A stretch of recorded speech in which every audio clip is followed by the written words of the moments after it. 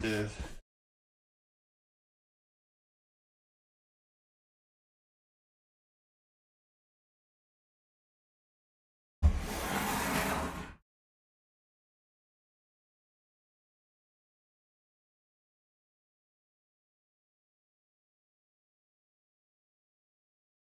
Okay. Sorry, I know there's something there for a second. Well, welcome to the stream, everyone. It's everyone tonight.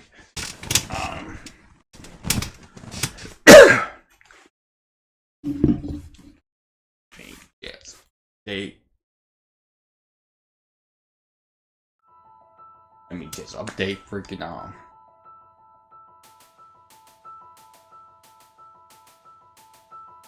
Bridge.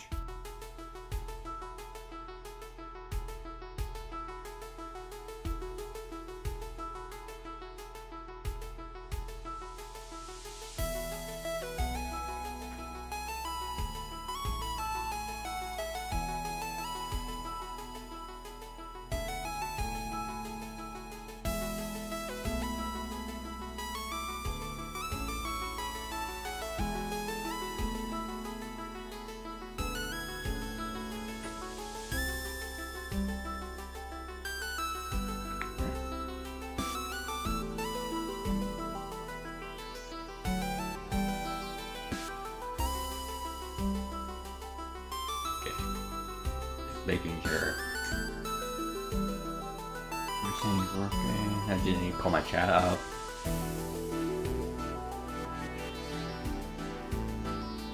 Hey Millis, how are you today? I'm doing okay today. Okay, I gotta remember. I did Yoshi on this. Like, I got Yoshi done. I just got.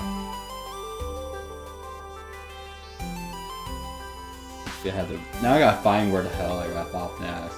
Okay, I did that too. Hey there. Yum. That sounds good. Yeah, I got.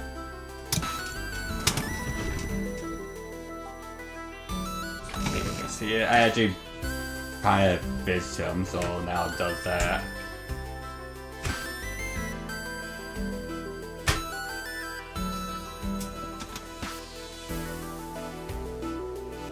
Oh, sweet. I gotta check that out then. I've been meaning to do that as well. I want to do like a top 10 video sometime. Like my favorite games of all time, or like top 10 on certain consoles. I just never got around to doing it. I figured I was going to do it like when I hit like 500 or something. Also, you can move now too. So you could like do this.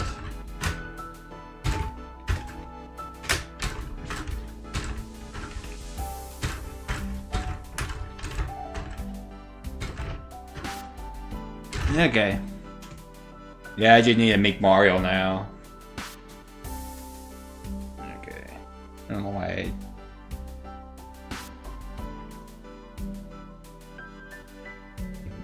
Gotta get back to my actual channel.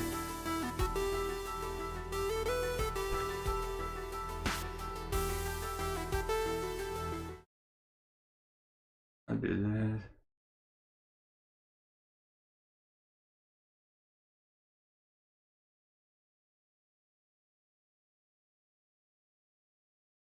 Let's do that.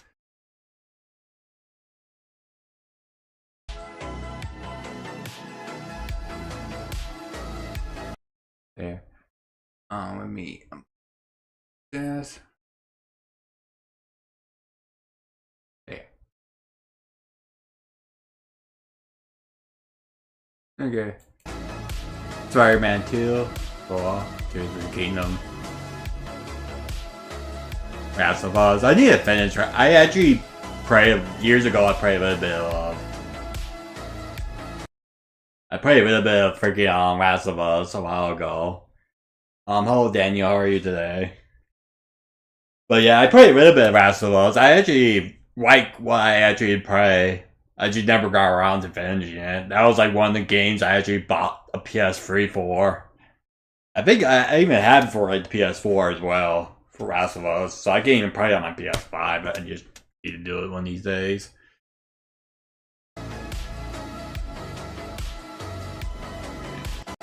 Like, yeah, Arkham City. Arkham City and Arkham Asylum were like two of my favorite 360 games all time. Honestly, sweet. Elder Scrolls. Kingdom Hearts 2. That's a good one. Halo 3, fuck yeah. Oh, Red Dead. I always wanted to play Red Dead. Kinda figured Banjo-Kazooie be the first one.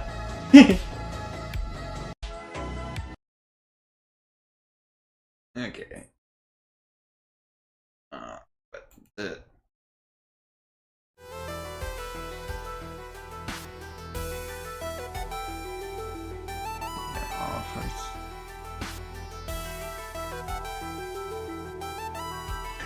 I actually got. Let me pull it up. I actually bought it just recently, but I don't know if my webcam will pick that up or not. But it's on Banjo-Kazooie, Grunty's Revenge. Yeah, it is. It's especially harder on the original N64 version because like the notes reset when you leave the world or not. On the like the 360 remaster version, they fixed it so it was like the notes won't appear again if you got them ready. But yeah, I got this for the Game Boy Advance, fucking Banjo-Kazooie, Grunty's Revenge. They had Banjo Pilot there, but I didn't have like enough money to get that one as well.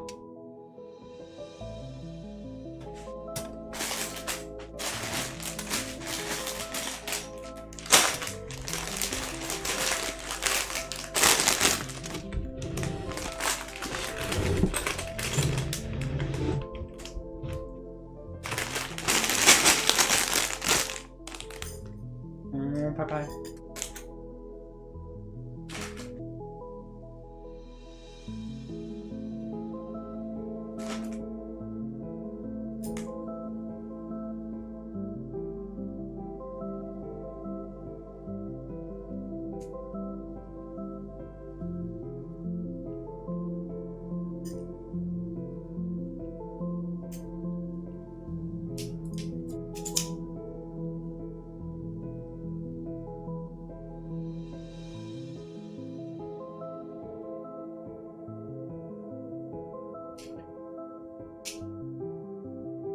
That's right. Yeah, I think I heard a story of it before.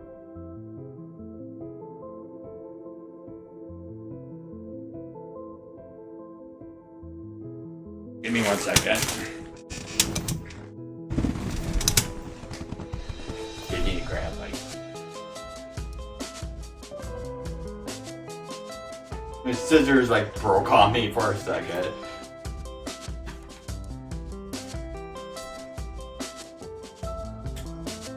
Gotta freaking retie them.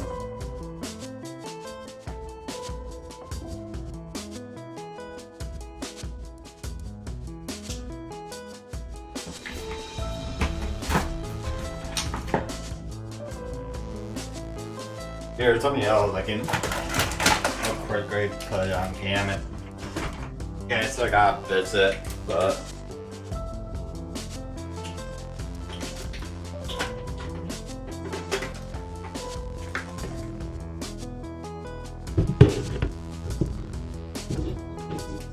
The rags are gone, but I have to fit the rags on it, but I got my Virtual Boy right here too.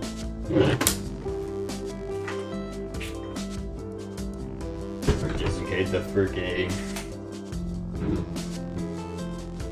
the actual system itself.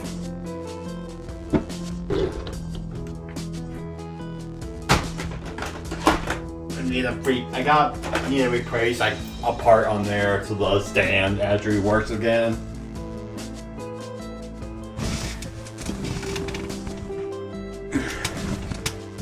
Here. Let me change music for a second.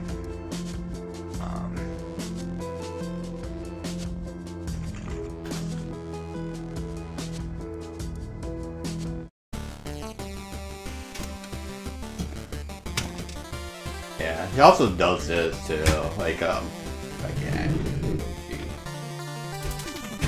He also, there's a knob in the back that allows Yoshi to just open his mouth and close it.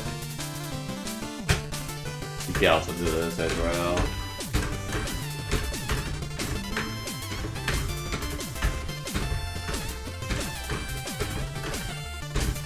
There's like a fucking turn it around. You can kind of see what the hell's back here that got making it do like everything.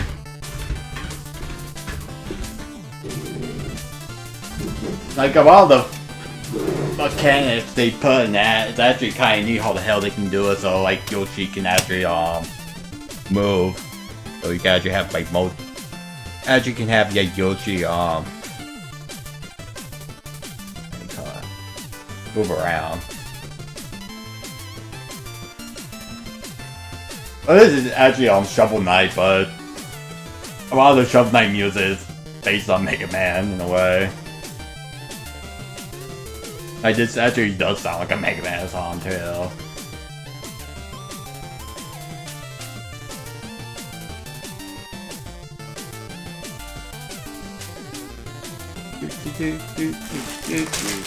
I need to play some of the Mega Man games on stream.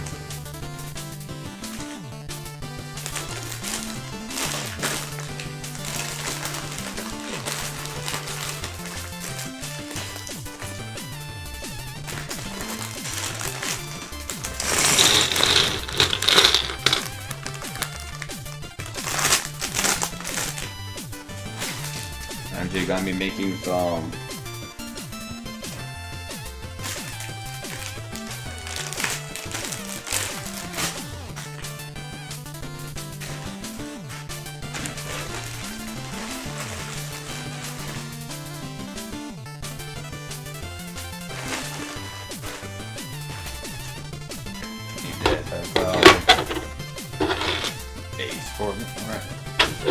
part.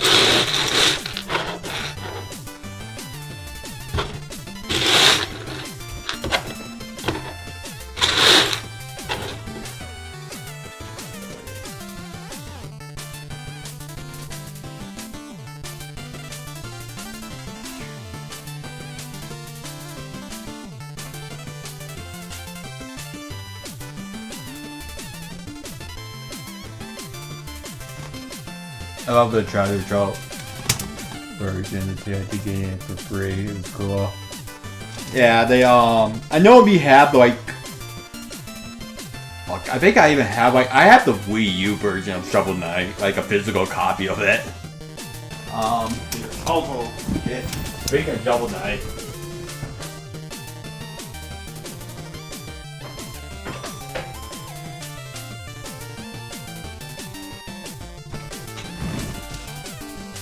They're kind of dusty, but Shovel Knight Amiibo.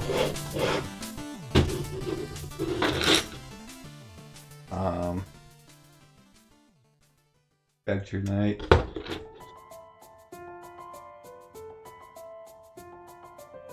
King Knight and the Page Jogger. I think the only one I don't have is the golden Shovel Knight Amiibo.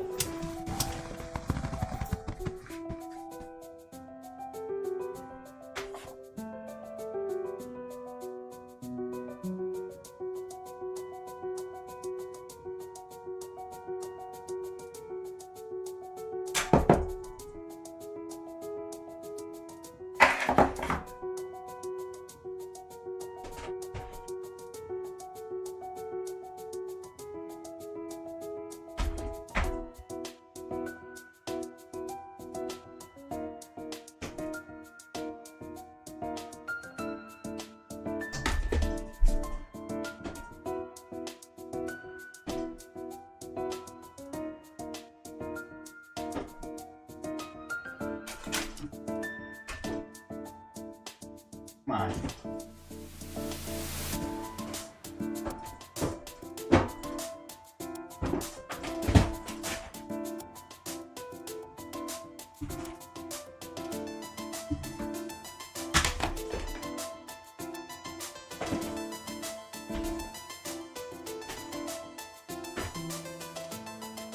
I got too much break for the week.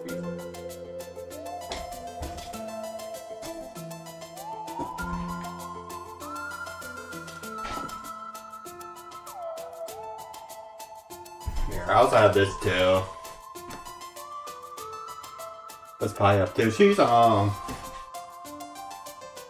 here. She's actually laying in her bed at the moment. I also got this one as well.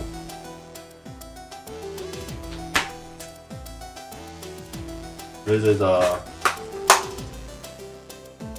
Shovel Knight at Wii U Shovel Knight physical version.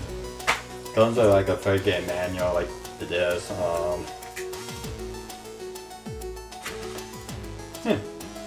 Free copy of the soundtrack. I bought this. Yeah. I got it for $20 way back when.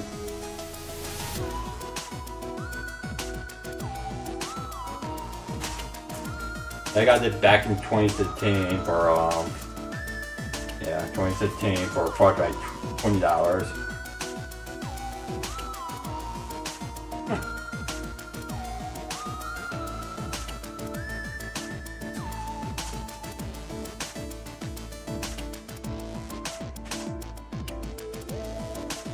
I also got this. It came with like a freaking giant, like a fucking giant manual too for everything. That's neat.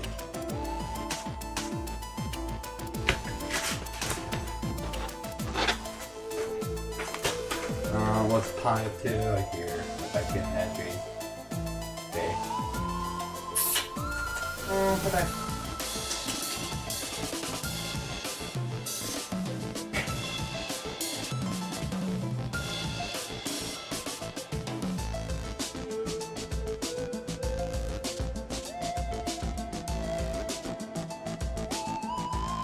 Yeah.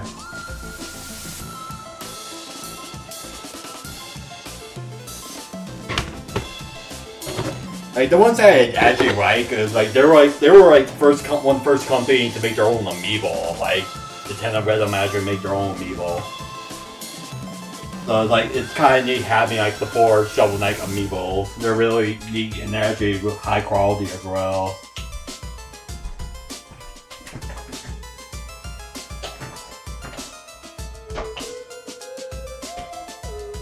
I hope that, I'm waiting for the new game that they're making at the moment. The one that it's like the mouse one.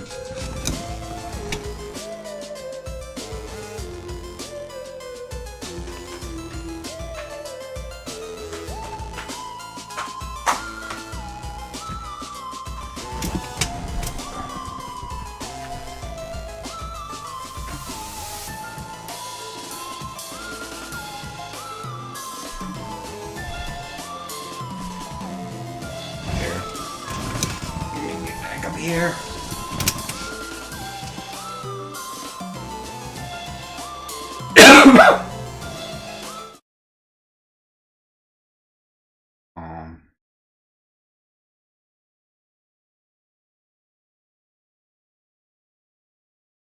Back up.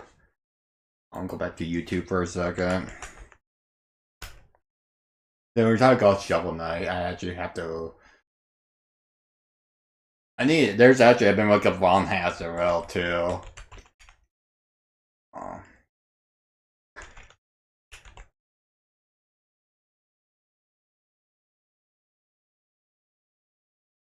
Yeah, Club. Games. Oh, this one, it's on the fucking, no, Switch 1. Sweet.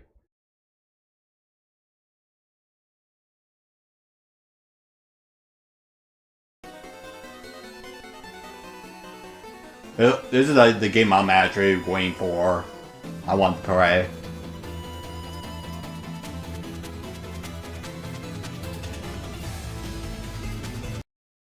Here, I can do this.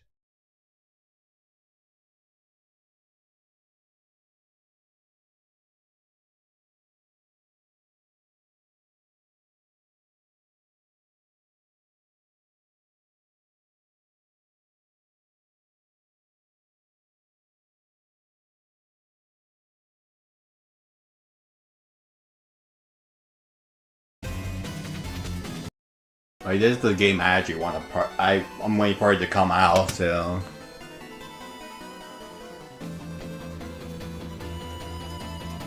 It plays like Link's Awakening and like the Origin games.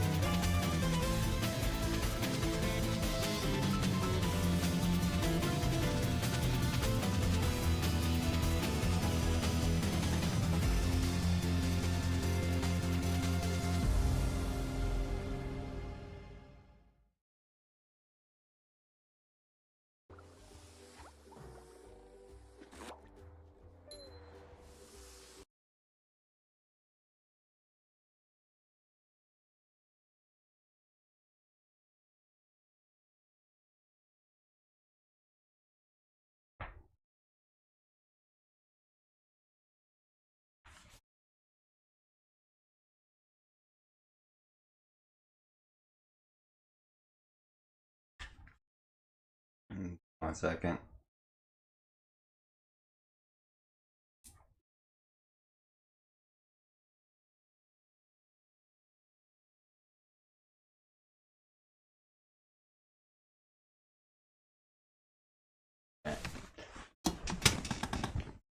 And maybe that holler. Yeah, it's Link to the Past, but it's more based on the original like Link's Awakening, like the Game Boy Legend of Zelda games, like Link's Awakening, like Origins of Seasons and Ages. Um, you too.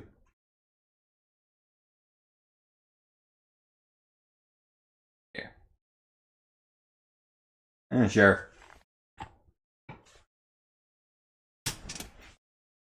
What's your question?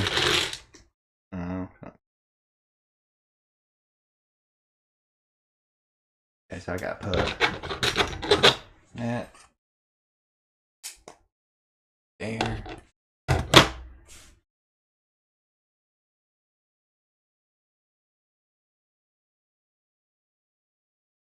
But the Triforce. I mean, technically we did. We got the Zelda game. The fuck. The Zelda game that just came out for the fucking Switch. They also did the remaster of Link's Awakening. Do as well.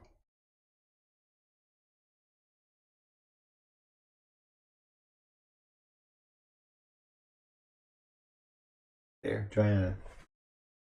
Okay. Yeah, we did. Zelda 2 is good. That was like one of the underrated Zelda games.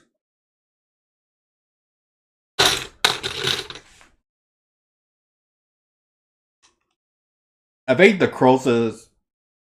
Stop that, man! Give us start the movies. I mean, they're making. They did. They are making a Zelda movie, and I think it was just Reek, but they're making a Donkey Kong movie as well, which is probably why they brought back K. Rool and freaking the new game.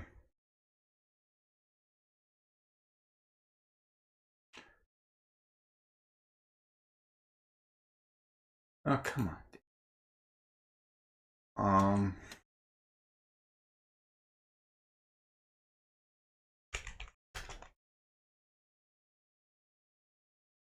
I don't need. God damn it! I don't need YouTube. I don't need Google.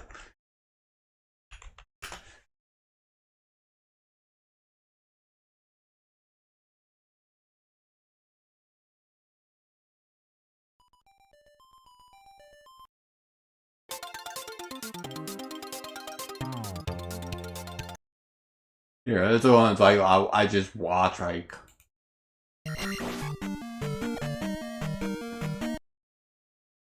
I'm going back to the beginning.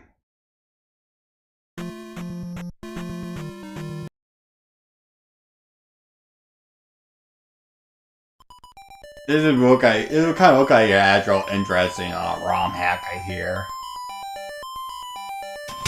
But I actually need to get into like Zelda freaking ROM hacks and shit like that.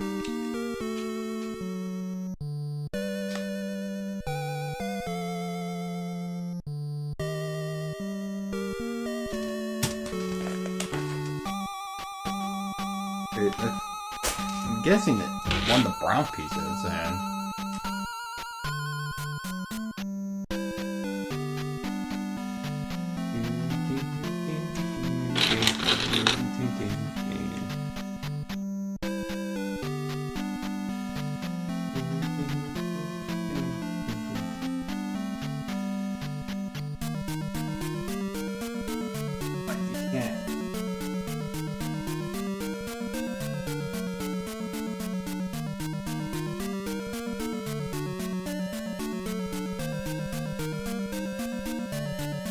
Okay, it should be coming up here. So I was trying to skip to like the actual gameplay. Oh, this is like a ROM hack someone did of Zelda 2.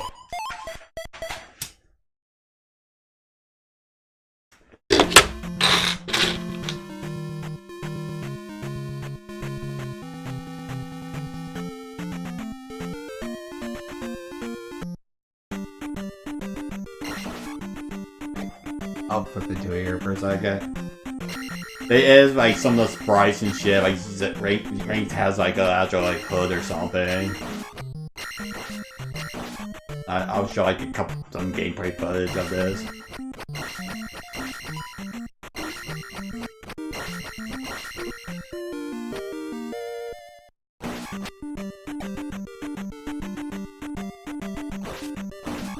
It looks like a high quality ROM hack too.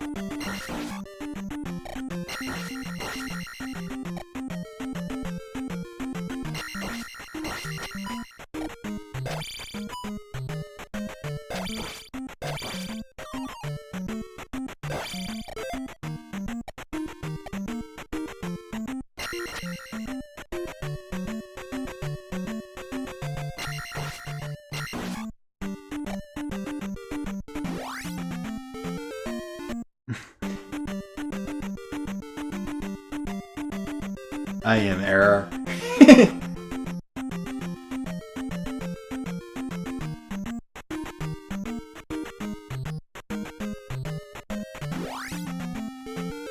That was kind of weird because you always gotta go into like the house of like the old lady or the woman, and it's like I think if you ever watched the AVGN episode of like Resident Zelda 2, he actually makes that joke as well.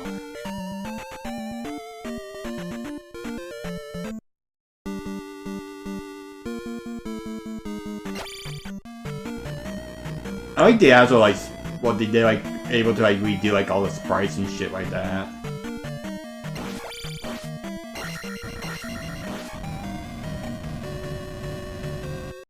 Like I just saw it did pop up on my YouTube like a while ago.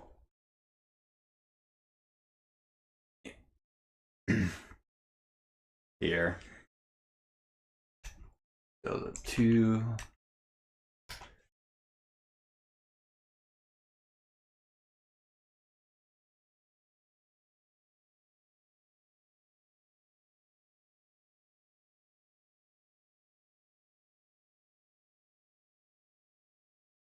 You can't beat your own shadow, and that's what this game is. It's your dark alter ego that knows more about you than you know yourself. I don't know how you could win unless you're really hardcore. Some gamers are so hardcore with the first game, they've actually made it to Ganon without the sword. That's insane, but people like a good challenge. You want a good challenge? Try... I had to pause it there for a second so I don't get freaking copyright fucking struck. The fucking power glove. They need to bring that back.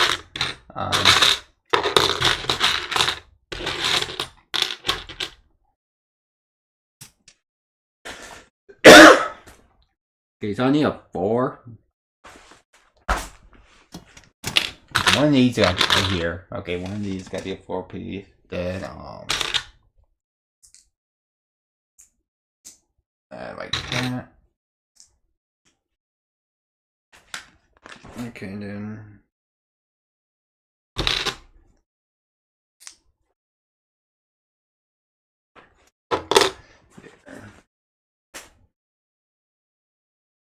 Beating Zelda 2 with the power glove. Yeah, that's a laugh. In conclusion, it's still a great game, but many consider it the black sheep of the Zelda franchise. And understandably, it's very different from the first game, but obviously Nintendo didn't want to just rehash the same game over again, so they tried something new. Some people were confused, and admittedly, it had some mixed results. But it had a legacy of its own. It was the first Zelda game to have towns to visit and to have a magic meter, and many games copied its style, such as Battle the Olympus and even Rambo. Bottom line, I always say like they should get like these Shovel Knight developers or the people that actually make like the Shovel Knight games to freaking to work on like the freaking to work on like a Zelda 2 like game.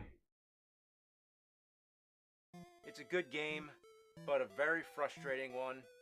I'll never beat it as long as I live. Nope.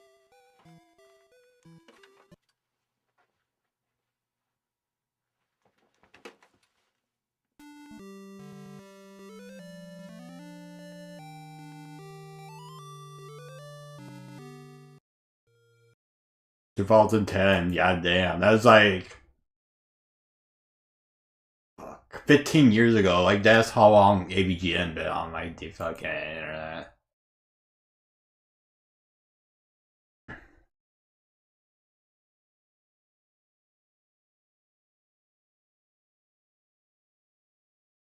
Oh yeah. The Angry Video Game Nerd is back in an all-new 8-bit adventure, and this time it's made for actual NES hardware on a real cartridge. Fight enemies, collect power-ups. I actually want to get that whenever they announce that it's gonna be. And of course, the original NES. The Angry Video Game Nerd is back in an all-new 8-bit. Gotta look it up. Oh, yes. Game. No, like 6 months ago. Let's play an NES game, something I've never played before. What's this? Huh? It's got. Oh yeah, I've seen that before. The Just when I thought I played. I actually do have the AVGN game. I have it both for the Wii U and the Switch. Well, the Switch is like it's like 1 and 2, but I own like the original version on the Wii U that has like all the cameos and shit in it. Let's see what you got. And it doesn't just look like an 8-bit game, it is an 8-bit game, made for actual NES hardware. Talk about going back to the past. It's got all the usual customers, zombies, skeletons, disappearing platforms, you name it. And of course, everything wants to kill you, especially the bosses. They're big, they're bad, and they're ugly. Some of these enemies I've faced before. Yeah, coming back to haunt me. This is personal.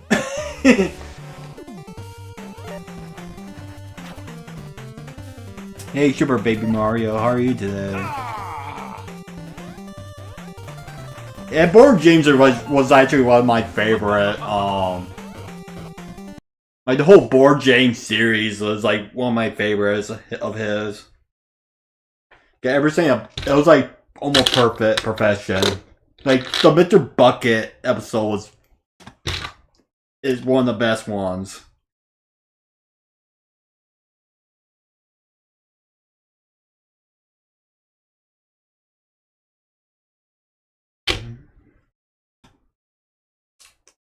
Okay.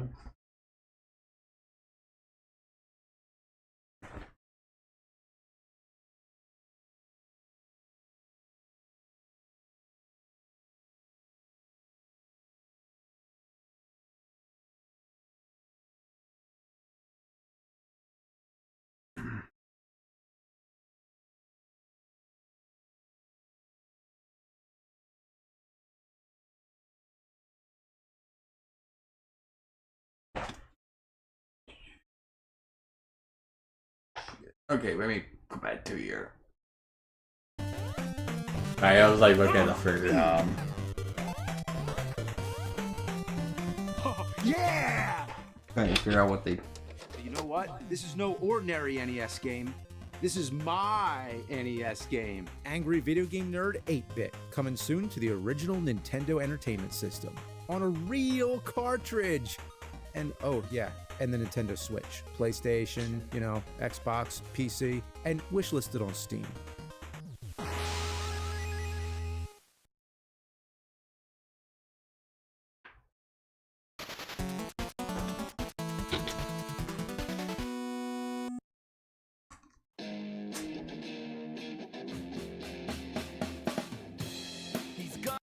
I want to watch this, but YouTube will fucking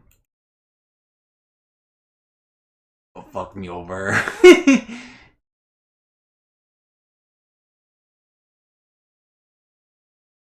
Crap.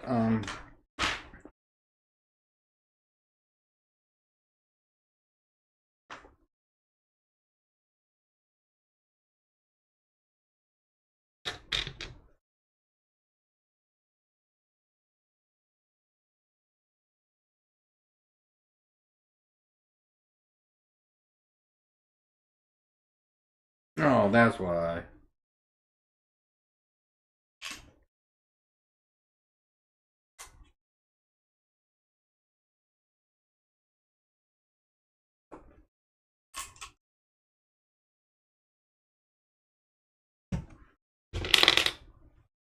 Give me a separator. Okay. There.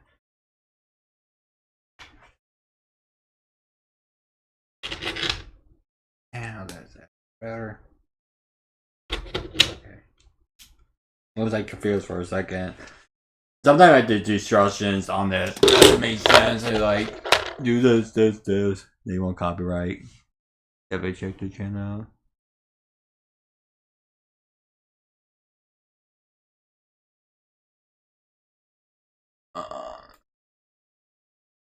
Dude, what? What would a game be without boss fights? Well, Oh, I sweet. suppose Existential Crisis, the game. Boss fights come in all shapes and sizes, I with forgot varying that. difficulty. For the world of Banjo-Kazooie, I was pleased to see a boss fight encounter in each level of the sequel, Banjo-Tooie. I think I actually These bought. I fights seen can one of get these pretty videos chaotic. before.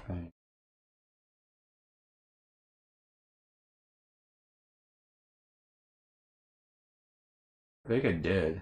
Yeah. Oh yeah, I did. Because I watched the Funkin' Forest one. I actually thought I was subscribed to them. What would a game be without boss fights? Well, I suppose Existential Crisis, the game. Boss fights come in all shapes and sizes, with varying difficulty. For the world of Banjo-Kazooie, I was pleased to see a boss fight encounter in each level of the sequel, Banjo-Tooie. These fights can get pretty chaotic, so I did another Chat Makes a Video live stream, where you, yes, you, in the chat, voted on where to place each boss fight on this tier list. You wouldn't believe how spicy things can get here. And just wait until the Banjo-Tooie World's tier list video. Chat gets even more spicy there. But for now, let's go over the results for these boss fights, as well as my own individual tier list. Shit. First thing is first, we absolutely need to talk I have to about look up with Klungo. the worlds I've said again it in before, and I'll say Banjo-Kazooie. it again. I love that Klungo's role from the first game to the sequel has expanded. Going from a background minion to earning his moments in the spotlight is a real treat, as well as the amazing character development at the end of the game. I'm a big fan of this feature in Tui, so let's talk about the Klungo boss fights. And to clarify, all 3 boss fights are being considered as one for this tier list. Overall, this isn't the most advanced boss fight in comparison to others, but Klungo is certainly a step up from the regular common enemies. It's pretty cool that the fight varies from Klungo using 3 different potions. The red potion makes him grow large, hunky chunky. The green potion makes him invisible, Gorilla Gone. And the blue potion clones him. This is so fitting to Klungo and Gruntilda. I can totally imagine Grunty was working on some killer potions in the past. It caught me off guard when first fighting Klungo. He picked a good time to try these potions out. A tiny detail I noticed is how bruised up Klungo appears for the 3rd and final fight. This poor guy has been given his all for Grunty. There's no way the job has good benefits. Which leads to another great detail, the boss fight subtitles. Naturally, the first fight's subtitle, Minion with a Mission, and the second subtitle, Revenge Seeking Minion, are very fitting. It's the final subtitle, Career Questioning Minion, that takes the cake. Klungo, buddy, I feel so bad for beating you up for a 3rd time. We could have just talked it out and came to the same conclusion. So chat came to the conclusion to vote Klungo at B tier, and I super agree with that. Oh, even decision. wait, Klungo wait, fights wait, are wait, complex wait, additions to the story. Before we can judge.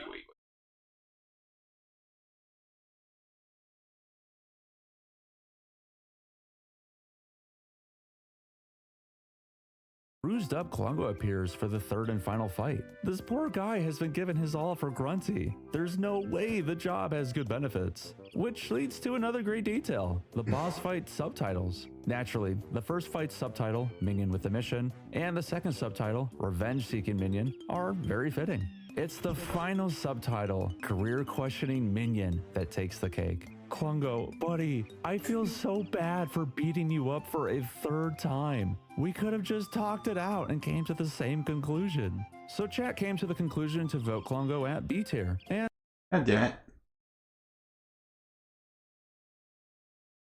There. Otherwise, I just seen your comment right there.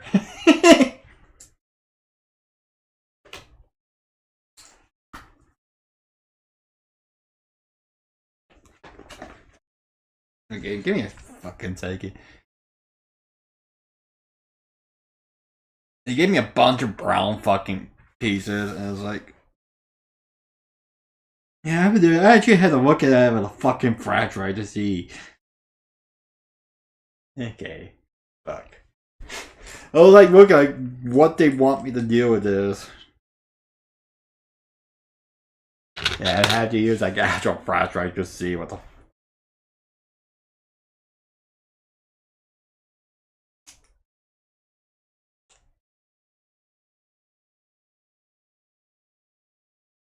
I got that piece right there. I'm still.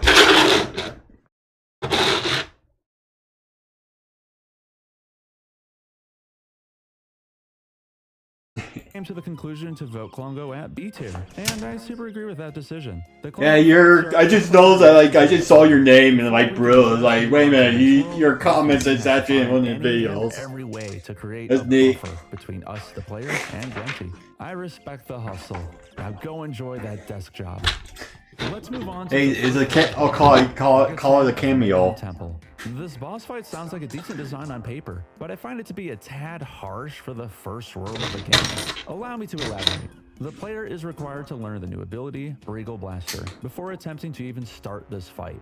I actually love the concept behind this ability. Banjo holding Kazooie as a rifle and firing eggs in first-person view is equally a brilliant and hilarious. To be honest, it's actually pretty neat. Like, I need to play Banjo. I need to actually continue playing Banjo because but I probably shut the video off in a second because I just don't want to kind of be spoiled. Like on the boss fights. And for the boss fights, I probably know some of them already. But I do like that part right there. It was kind of fun, like going after the first person view. Like a small, kind of like a small homage to their freaking They're first-person shooter games.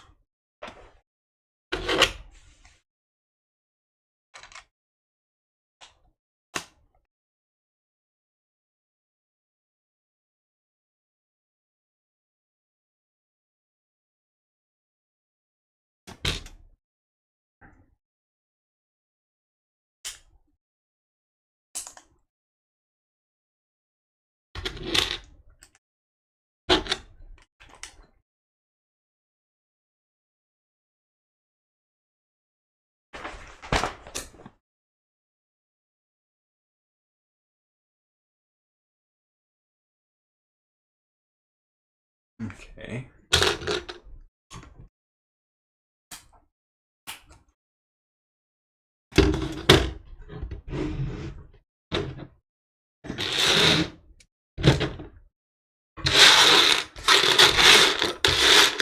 Here. That there. Wrapping some of that probably. Yeah.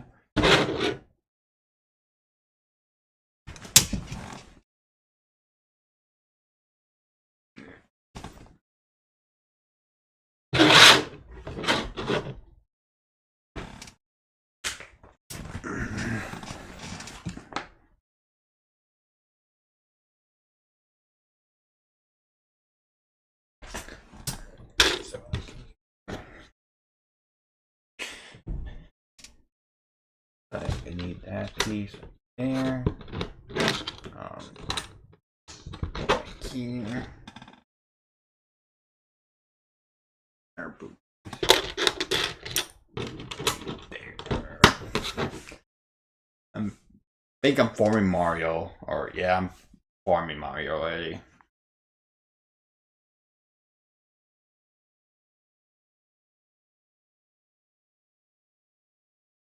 Sweet.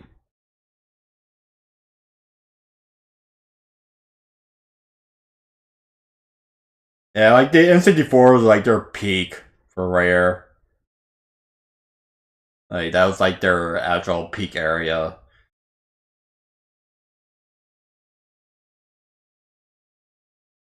Oh.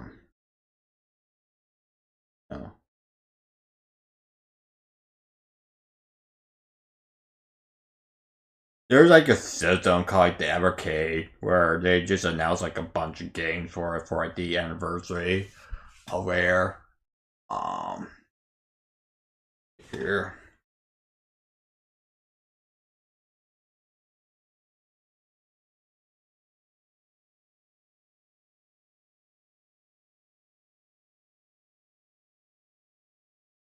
Oh, here.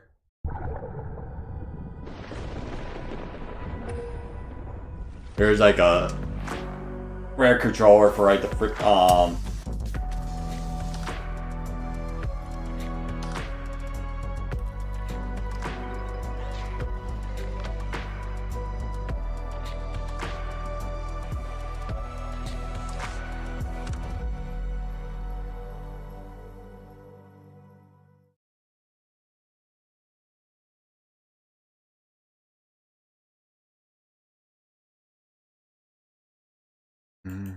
See, there's some. I know they announced more shit.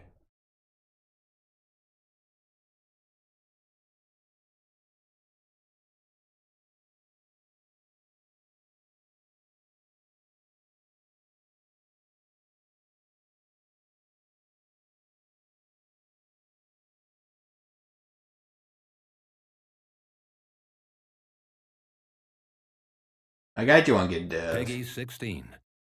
But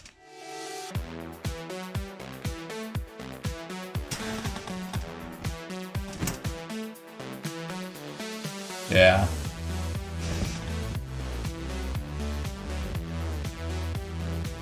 I actually want to get like some one of our arcade systems one of these days. There's like a collection of Rare games.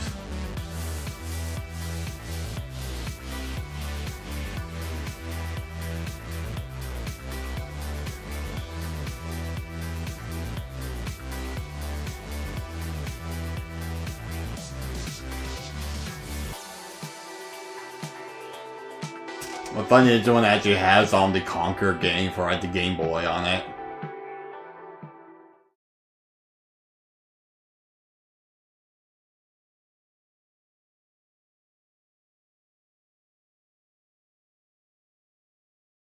Every case I did retro with those system that sells like corrections on cartridges and stuff like that.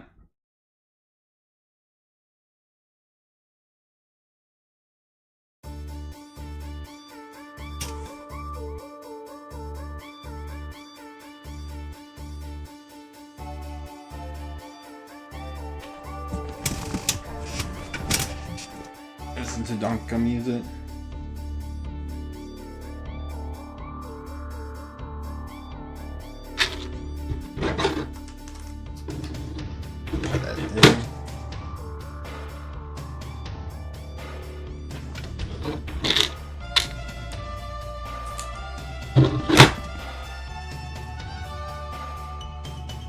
Oh no.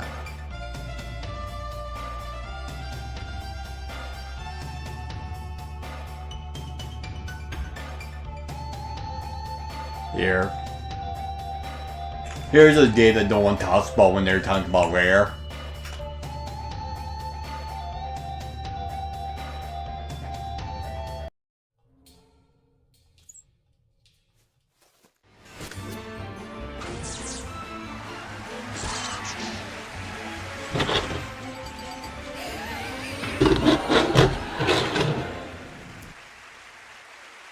Hello and welcome to another episode of What Happened, the show that's not profiled a single Nintendo published game since...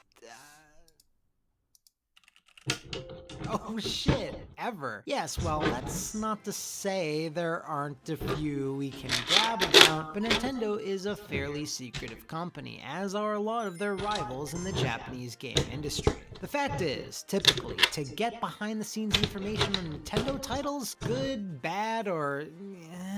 you just might need to be related to an uncle who happens to work for them. That being said, Trey Allens, a big boss member of the Flophouse VIP Patreon, has helped narrow the focus onto what's certainly a topic worthy of discussion, that being the last game released under the legendary partnership between Nintendo and Rare, 2002's Dinosaur Planet. 2002's Star Fox Adventures.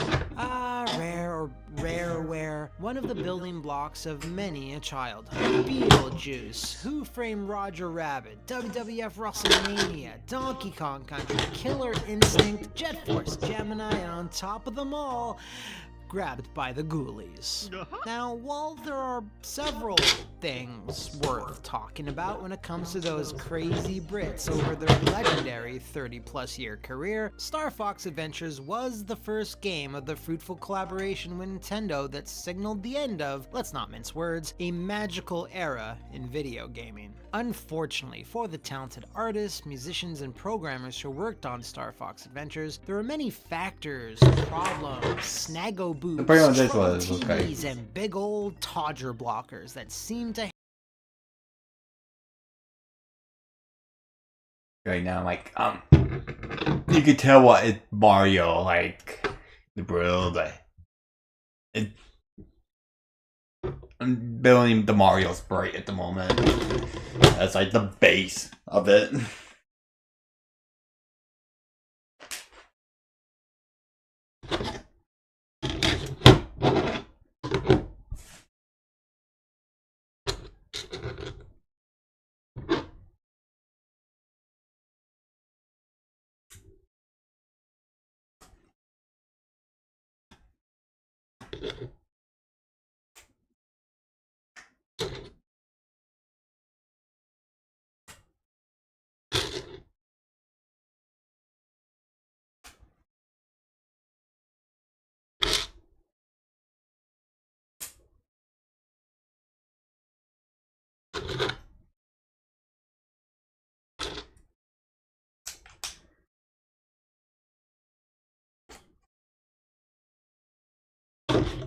And I'm building Mario piece right there.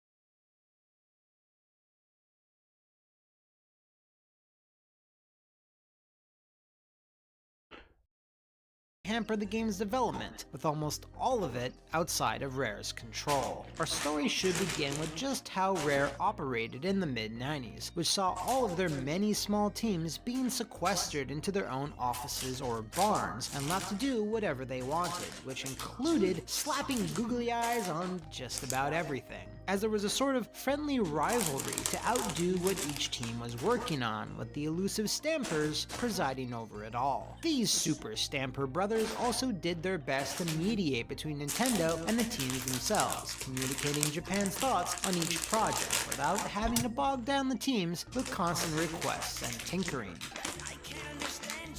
One of the more successful of these projects at the time was Diddy Kong Racing, one of Rare's many fondly remembered classics. When the adventure/kart racer was first revealed, it was then released only a scant few months later, giving Nintendo a big holiday title that they would have been otherwise without. Once work on Diddy was complete, the team split into two, with one rocketing away onto Jet Force Gemini, and the other moving on to a project called Dinosaur Planet. Former longtime producer at Rare, Lee Shunman, had a wealth of ideas, which he then began sketching, coming up with the concepts and characters to populate this glorious world of reptiles, with nary a single heathenistic feather to be seen. Even at this early stage, the game was going to be a 3D adventure on one large continuous world, that would interweave dual stories led by two different heroes, Crystal and Saber. No, not that Saber. No, not that one either. That's the one. To save the eponymous Dinosaur Planet, which was under siege by the nefarious General Scales. Once they had settled on the theme, Rare had to go about, figuring out how to move characters in 3D platforming space, which, believe it or not, they were still grappling with at I know they time. need to make a new Star Fox game. On the N64 by 1997. Star Fox Adventure. I haven't played the other one, but I had played Star Fox Adventure. Because I actually own that one.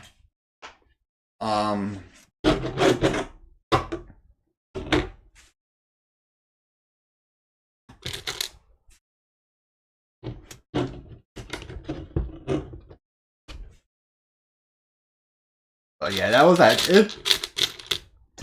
Some people love it, some people hate it. I thought it was an okay game. It wasn't as bad as everyone says it to be.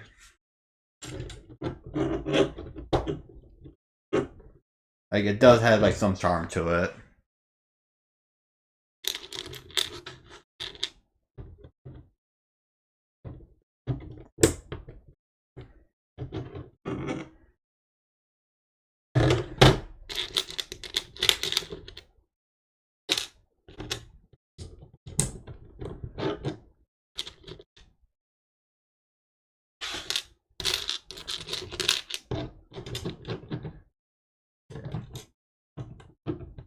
Building the sprites for Mario.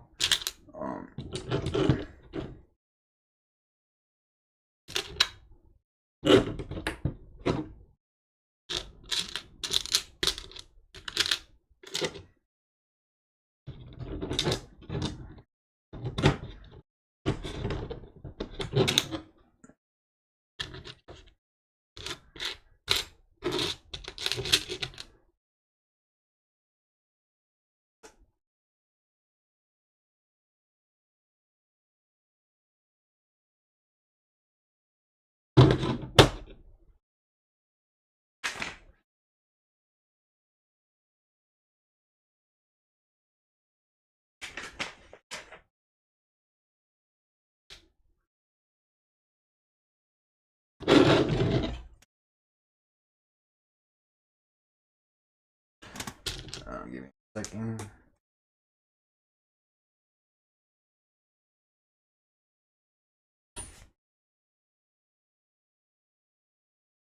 I haven't played Assault. I think people just hate Avenger because it's just a 3D freaking it was a completely different game than what Star Fox was. It's not the worst freaking game. Like, I own it for the GameCube. I never got around to actually beating it, but for what I played from it, I like it so far. I probably should do a stream of it sometime. once I get through like some of the other fucking games I need to play through, and I actually need to actually stream on a regular basis too. But it's actually one of the games I do want to stream one of these days. Because, like, as I said, that from what I played, it wasn't that bad of a fucking game. It's like, it was pretty much like freaking Zelda with, it pretty much Zelda with Star Fox. Like,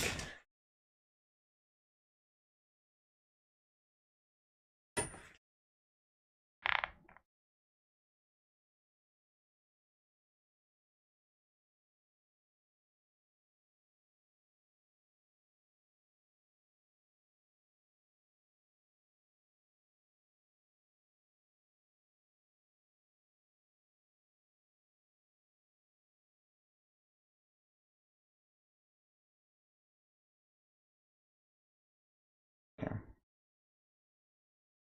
Give me 1 second. Damn.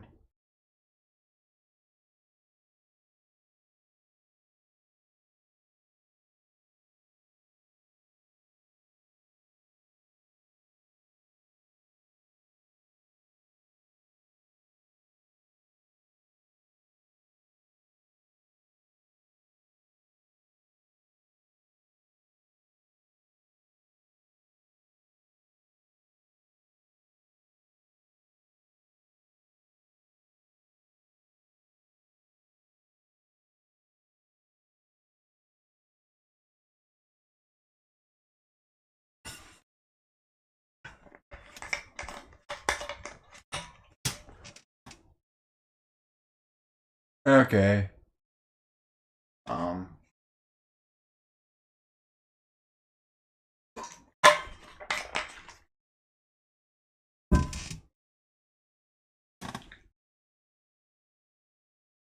don't think it's froze.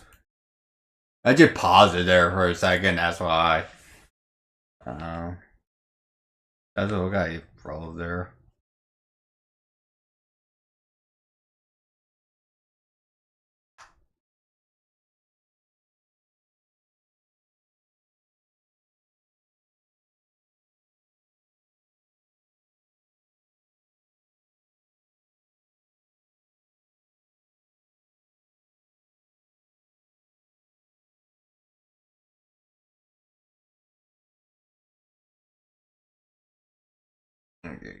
Okay, let me do this. Let me fit this for a second.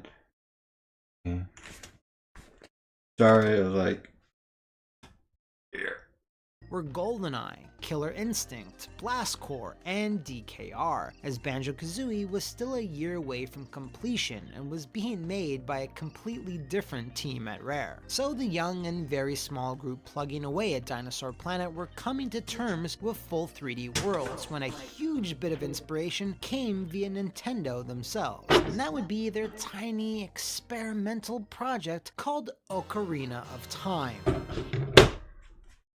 As you could imagine, this milestone in gaming caused the team at Rare to suddenly rethink what they thought they knew, which they were never even 100% sure about anyway. The then massive open world of Hyrule was the perfect template in which to base Dinosaur Planet on, and thus the project took on a slightly new identity, but helped the team focus and hone in on what they wanted the game to be. The next few years went by learning and studying from Ocarina, as well as the deluge of 3D platformers that were being released, resulting in the team making obviously slow but steady progress. This was kind of Rare's MO, giving each project the time they needed to perfect things, while also simultaneously getting titles on store shelves. Because there were so many small groups working at the same time on vastly different games, the team would just start kicking off something new, while another game was going through the final round of bug testing. It took all the way until 2000 for Rare to formally unveil Dinosaur Planet at that year's E3, and since it was so late into the N64's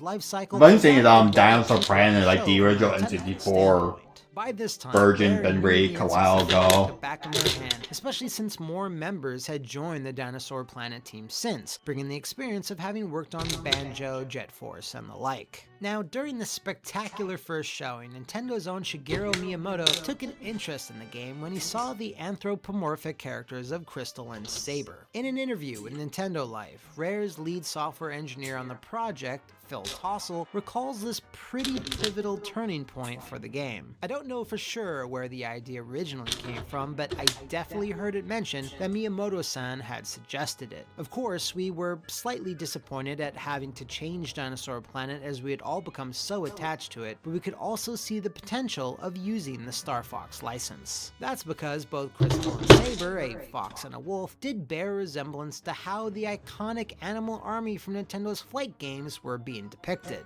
With that suggestion, the project then transformed once more, and it wouldn't even be the last time. While Miyamoto has been known to give somewhat vague advice to other studios working under Nintendo, Samus should be able to put on other heads equals give her different vision modes, his suggestion was pretty cut and dry. In terms of marketing and familiarity, Dinosaur Planet would do better under the furry paw of the Star Fox license, which hadn't seen a new entry since early 1997. Now, while the team at Rare had put a ton of work into it already, with its world and characters fully fleshed out, it was still quite different than the final game. You could actually swap at any time between Crystal and Saber by speaking to Swap Stones. These survived the transition to Star Fox Adventures, but their use changed to being Warp Stones. Originally, Crystal also had a sidekick character called Kite, similar to Tricky in the final game, but a pterodactyl that could fly. The story was also quite different.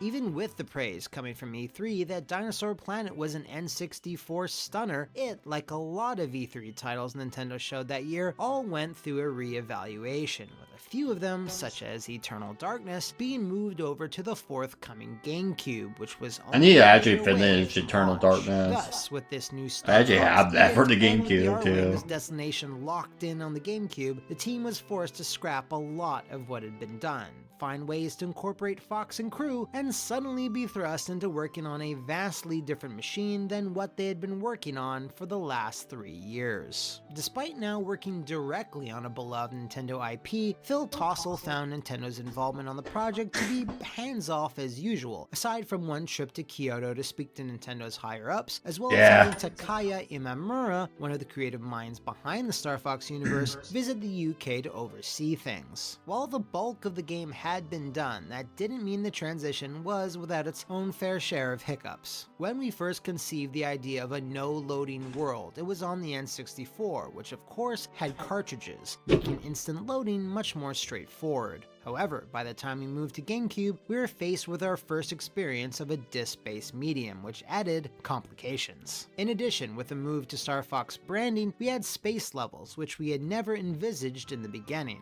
Also, keeping that misbehaving little dinosaur Tricky in check was a lot of work. There was tons of setup involved to ensure that he always stayed with Fox and never got lost or trapped. God damn it, Tricky! Tricky! Ugh. While Rare was accustomed to taking all the time they need to polish games and make sure every dinosaur was in their place, Star Fox Adventures had the dubious distinction of being caught in something bigger than just wayward AI pathing. In September 2002, the same release month as Star Fox Adventures, Microsoft confirmed the worst kept secret in gaming at that time. They were buying Rare, which would then become 100% fully owned by the technology giant. Nintendo had sold their 49% stake in the company back to the Stanford brothers, and the deal was struck. Now, even though this was only confirmed that month, multi-$100 million deals like that just don't happen overnight, and had been in the planning phase for months. The Stanford And mostly just about the situation. a lot of it is just could be budget nowadays. Blessing to be working on A lot of games are back then a clear deadline for completion of the game. Like back then, a lot of games were, I won't say cheaper to make, but the budget was much lower compared to now. It's like,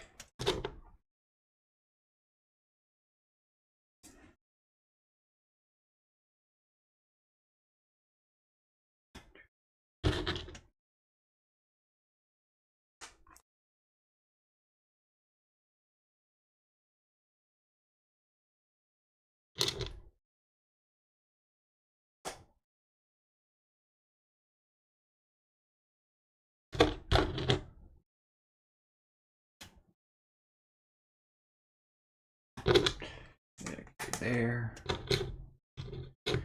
There.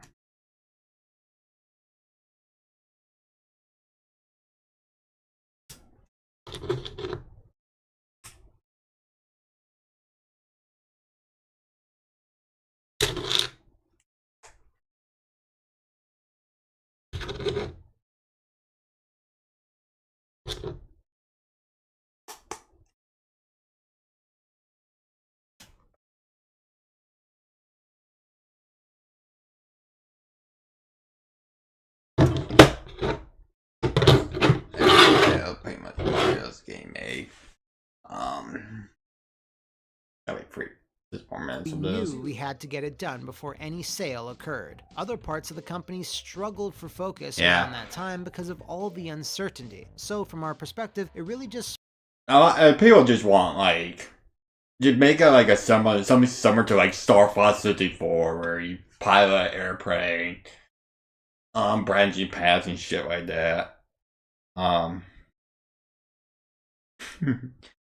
spurred us on to get Star Fox Adventures finished. That being said, because of the many different directions Dude, they were, it took, not unlike many Rare projects, Star Fox Adventures was a unique case in and they're saying like, I'm trying to think of the example.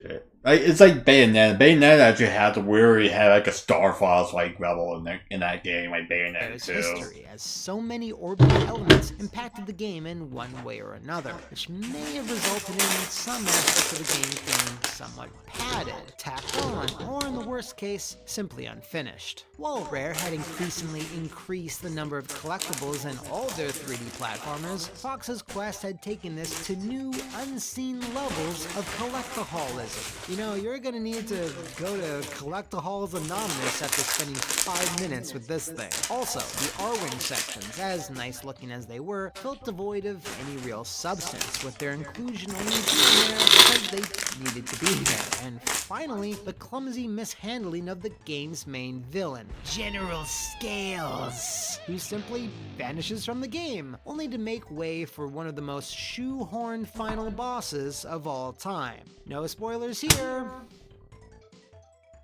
But it's fucking Andross. I totally understand the reaction because many of us on the team felt the same way. Personally, I knew the game had its flaws. It borrowed a little too heavily from Zelda, I think. It also felt a little too much like the Star Fox elements were tacked on. Which of course they were. Yeah, no shit. The game changed so many times during development that it was impossible to keep track of what The was Star Fox, and like what Star wasn't. Fox, Star I think Fox the only thing 64 we wanted was to really make good. more of was the R-Wing sections. These were added fairly late, and because the game had not been designed with them in mind from the beginning, it stretched some of our tools beyond what they were really designed for, limiting the scope and refinement of them. So when Star Fox Adventures came out, Give me a second.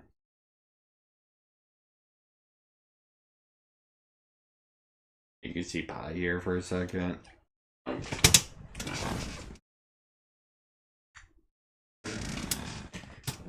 Oh.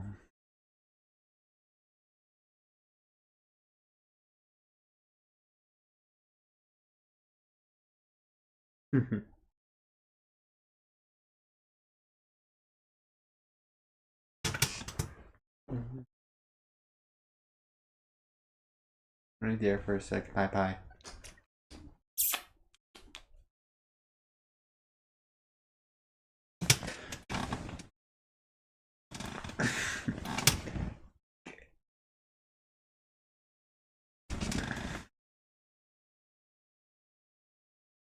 it also had the added baggage of being the last Rare game to be released under Nintendo.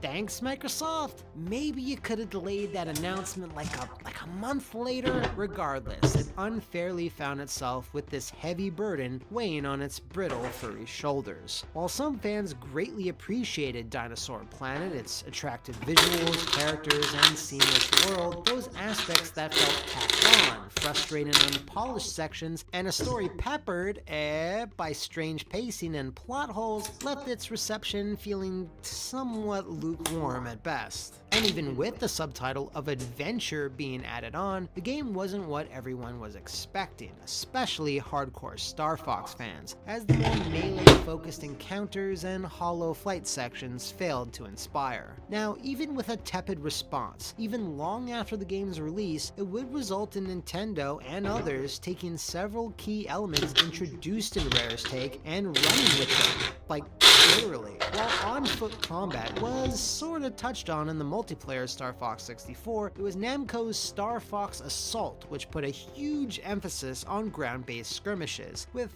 similar polarizing results. Crystal was also fully brought into the fold, pack, clan, whatever, as the series always lacked a strong female presence and has appeared in almost every single Star Fox game since. Strangely though, Tricky never saw a similar rise in popularity. Unfortunately, since then, Nintendo hasn't quite nailed what Star Fox should be. Again, and again, and again. It remains to be seen if they ever truly will. As for Rare themselves, well, after having just about every non-Kinect game pitch get shot down by Microsoft for almost an entire console generation, Sea of Thieves, despite a rocky start, has grown to be a hit. I always need to pay Sea of Thieves. Hard on the promising-looking Everwild. But Unfortunately, Everwild got fucking well, canceled. stayed Fuck with that Rare shit. Until the dark years, right about here, and like many other staffers, decided the time was right to leave. Mission accomplished. He even formed his own company in 2014 and released the charming Tenigami before shacking up with Playtonic to work on Yooka-Laylee, again, like most Rare employees. He reflects on his time at the company and working with Nintendo in the earlier days as the best time of his career. Without a doubt, of all the time I've worked in the industry, it was the most trusting and respectful relationship. Of course, it helped because technically Rare was independent. Nintendo only owned 49% of the company. This meant that the Stamper brothers didn't have to do anything they didn't want to. This contrasts sharply with how it is now. Microsoft owns the whole company. In many ways, for me, Rare doesn't exist anymore. That is the Rare that I knew and loved, and that I got up every morning like an excited child to go work for. The Rare where all my friends were, most of whom are no longer there. And so that Rare doesn't exist anymore. The Rare that does exist is a new Rare, an evolved Rare, with different goals and different aims, and I think and hope that they will go on continue to thrive in their own way. And with that, if you know of any other tragically tearful tales of total travesty, let me know in the comments below, or barrel roll your way over to the Flophouse VIP Patreon to nominate your own custom subject for us to analyze in agonizing detail. See you next time, and thanks for watching. Good luck.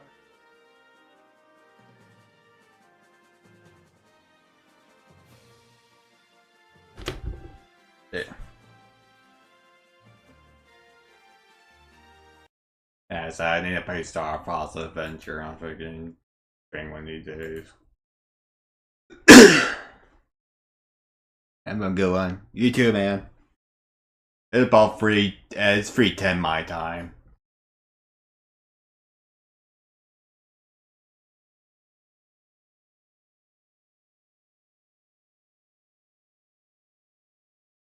Okay, dinosaur.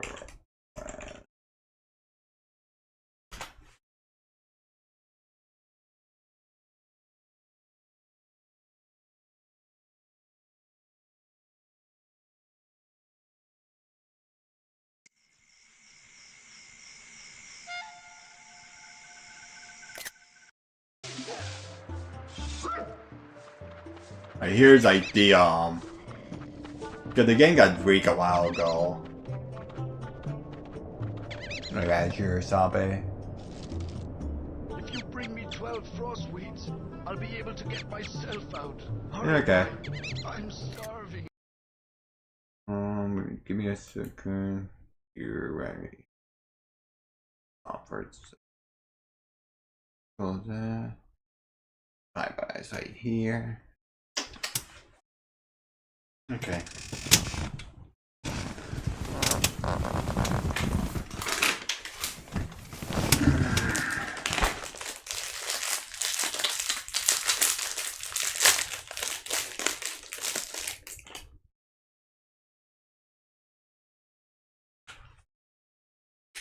Come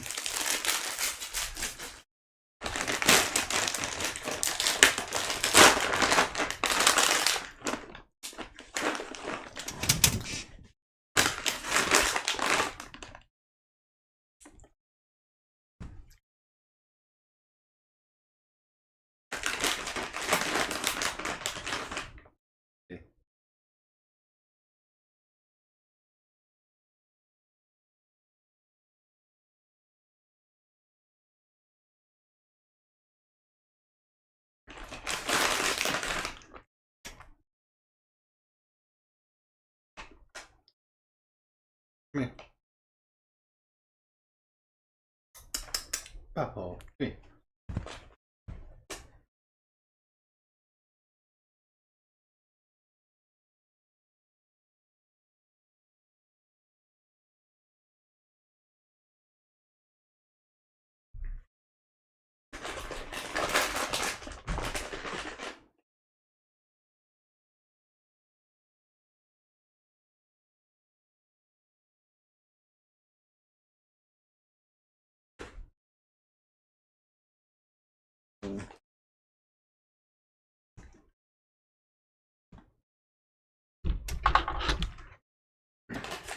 Here.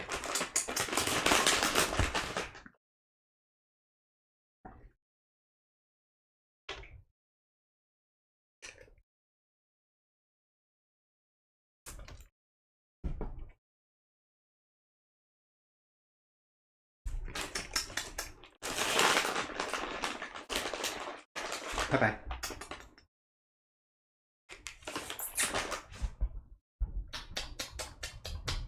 Bye-bye.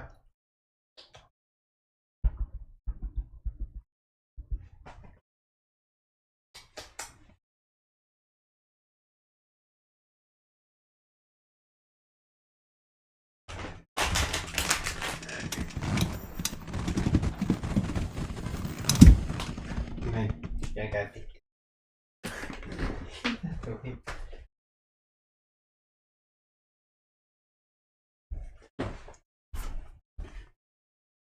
Here.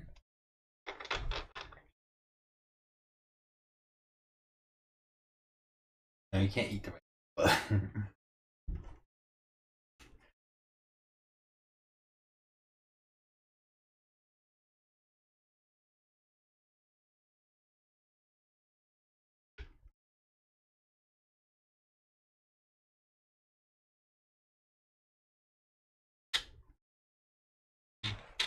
Okay. No.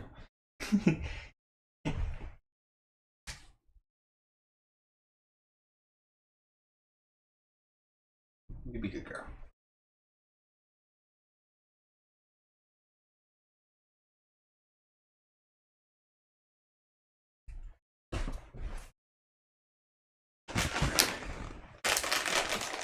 Yeah, you got some food.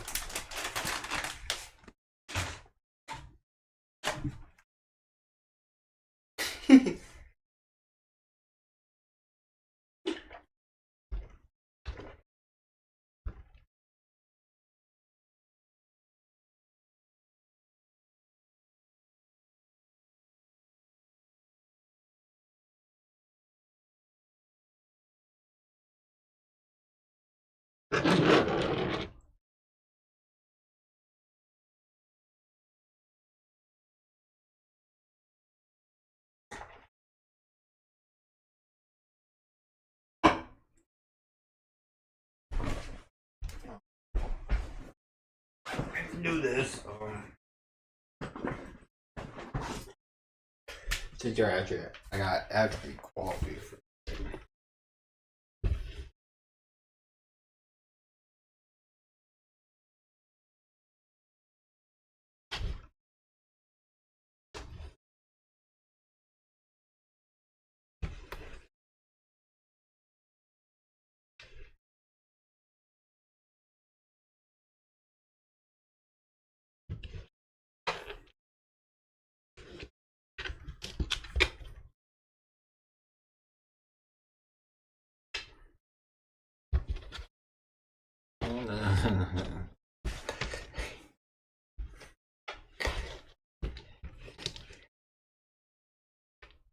Trying to keep you from knocking the Wiggles over.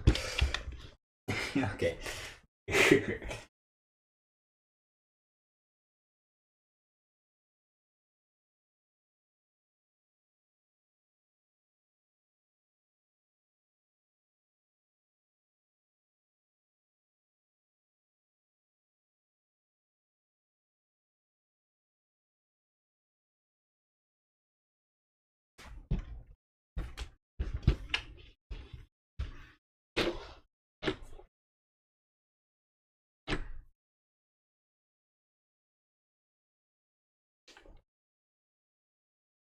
Yeah, it's like a comb.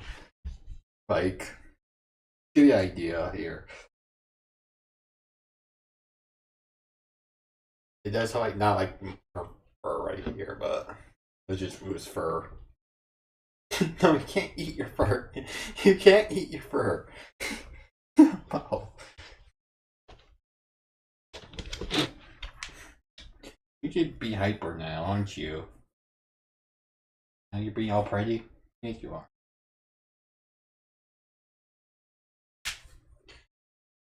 She's a long haired cat, so like she actually sheds more than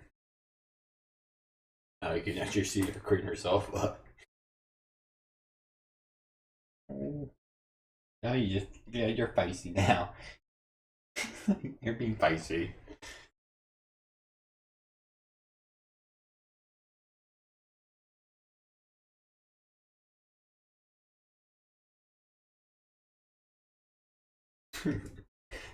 Better freaking tail.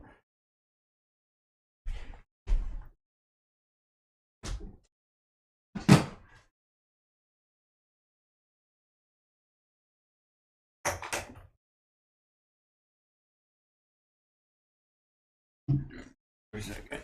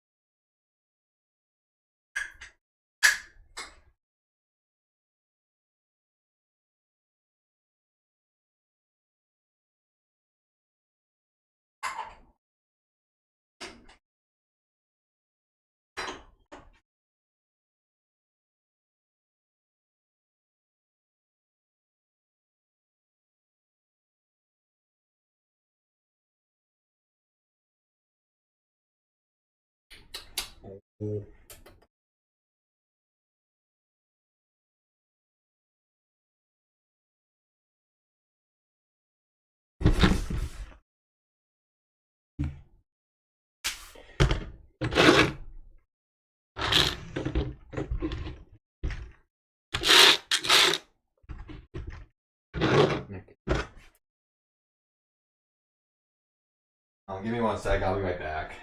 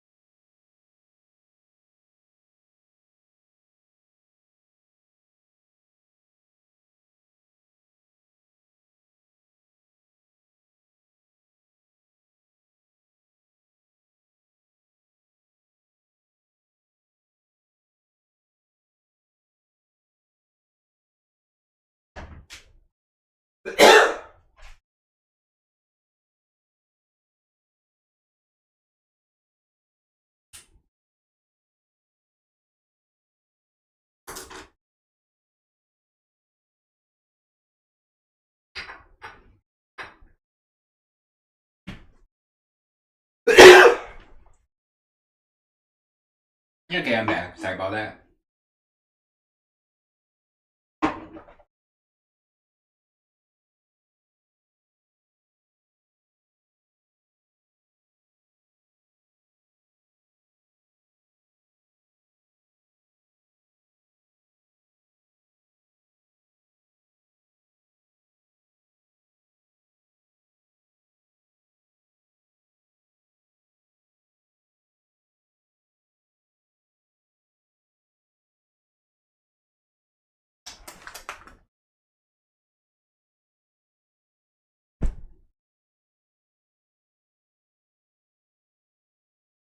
Oh, you.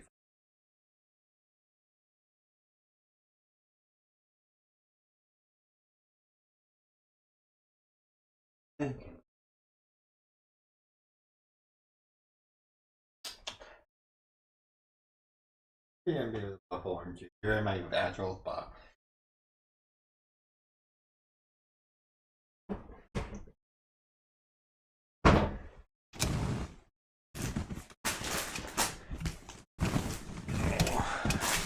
No, you can't stay there.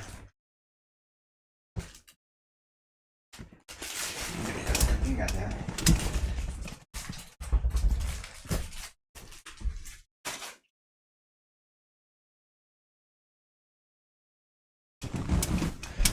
Okay. Ooh, sorry. I'm trying. Yeah. Okay. I got like pretty much. I'm almost done. I got like 2 months bags of parts. I got built.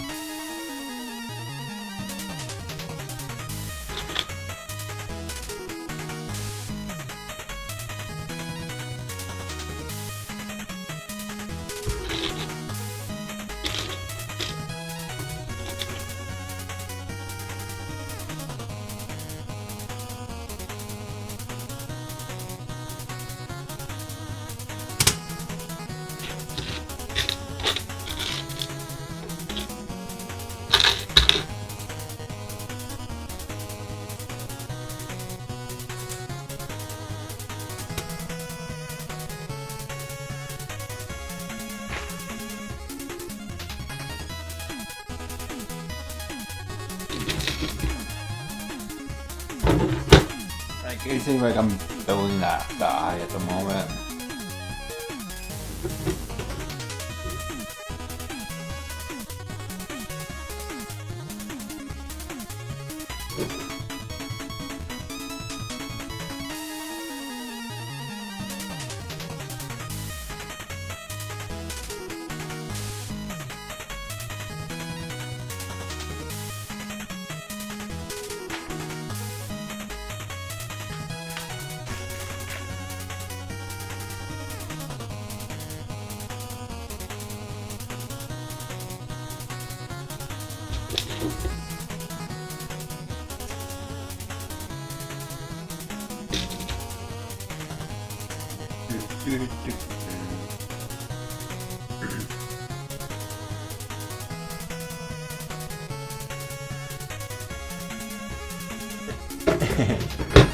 I'm like about there, like like you could tell Mario's coming around. Like I'm guessing it's supposed to be like once I get done, like it's supposed to be like here somewhere, I guess. So I'm like almost.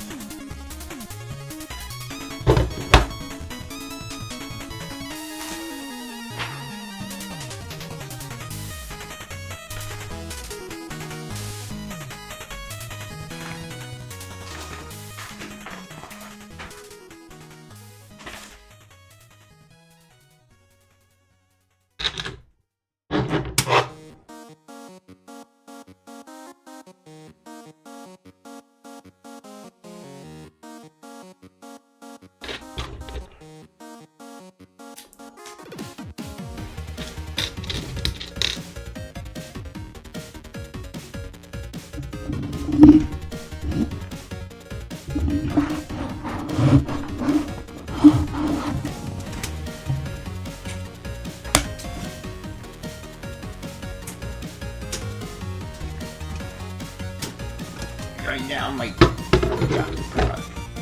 Mario Party.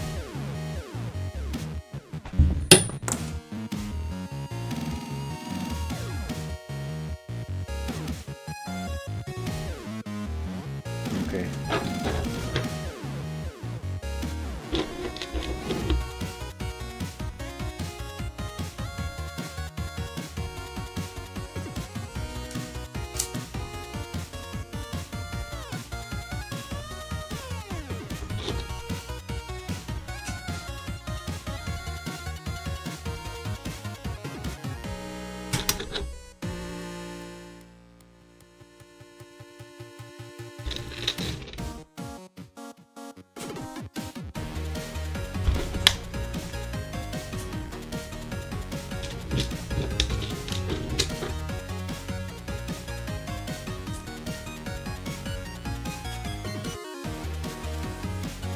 Probably going in green here in a little bit.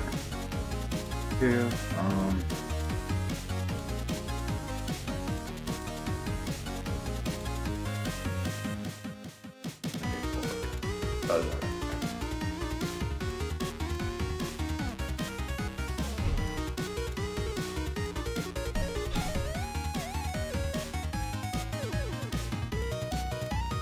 trying to see what I aim.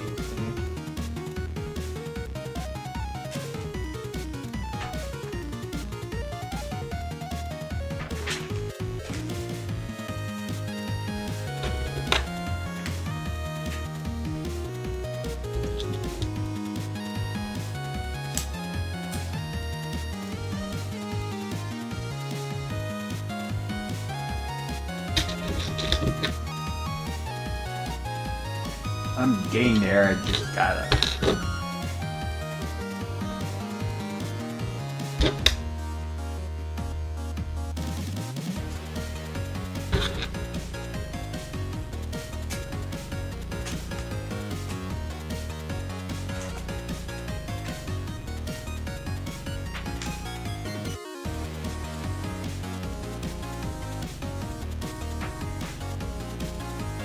Oh, that's.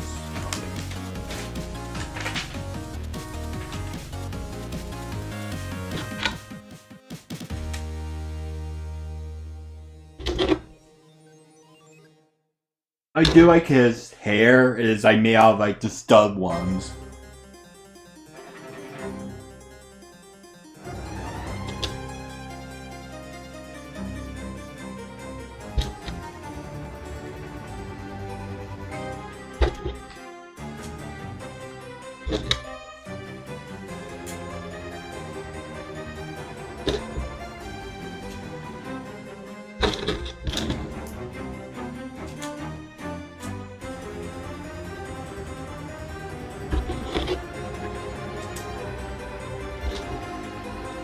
Okay.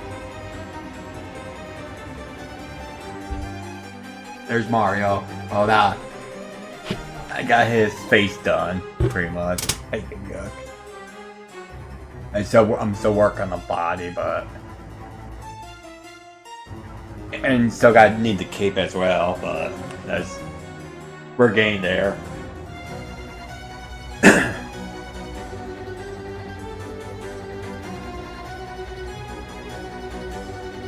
Yeah. And so far, I just got the prom print made. I'm almost done with Yoshi. I have the NES one. I still got built as well.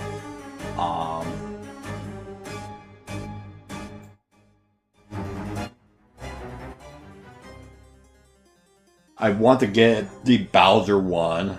There's also like a Bowser one I want to get. There's like a Mario Kart one too. Trying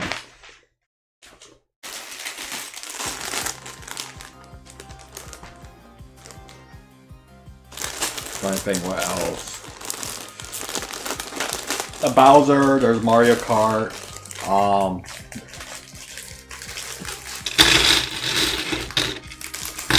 Sorry.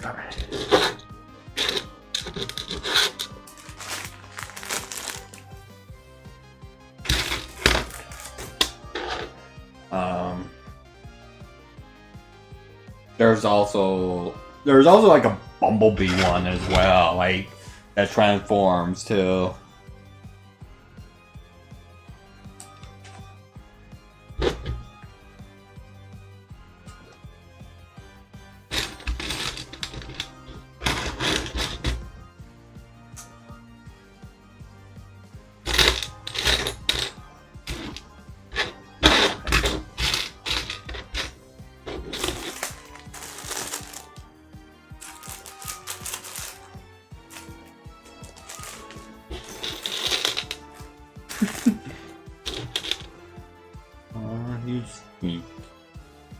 You just want to. You're just cuddly, aren't you? She's purring right now.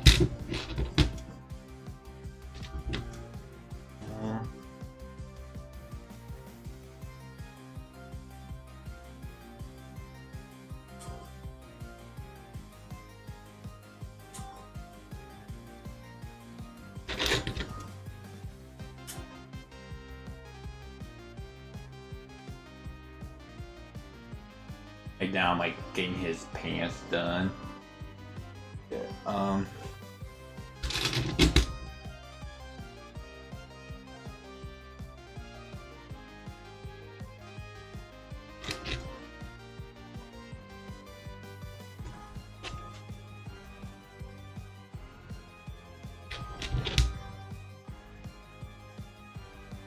I forgot, like the NES had like the Super Nintendo had a lot more bigger color palette.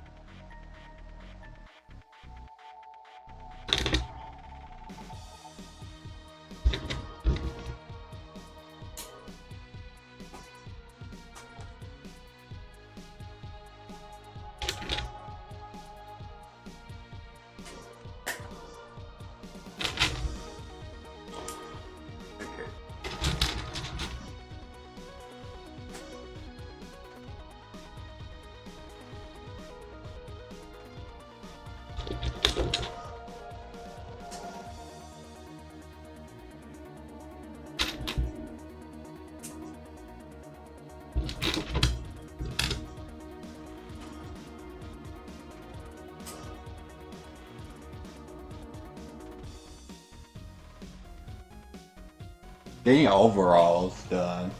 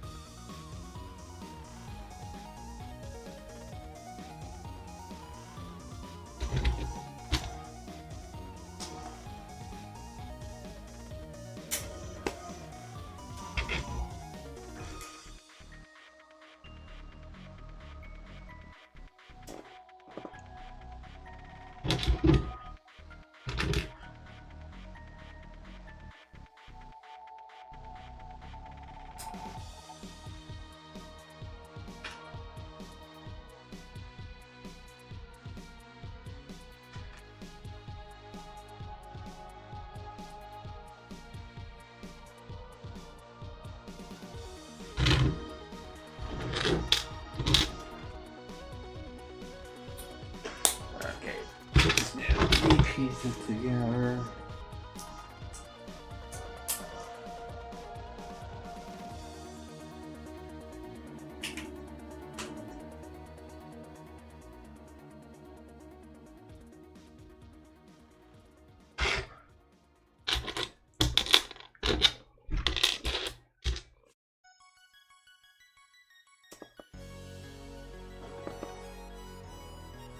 Oh fuck yeah.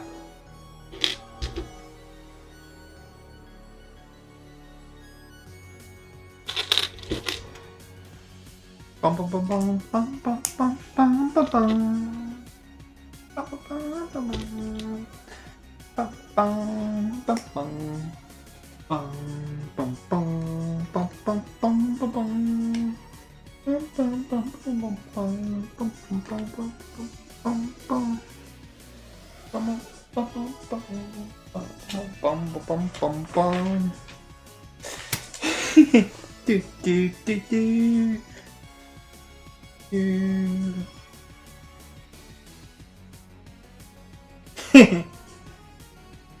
I also got like a Pokemon one, I think. Yeah, I also got a Pokemon Lego set as well.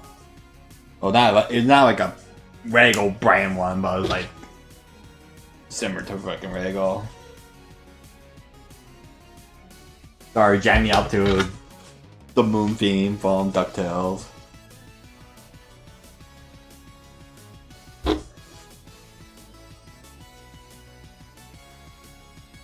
You could tell Capcom was cooking when they made this.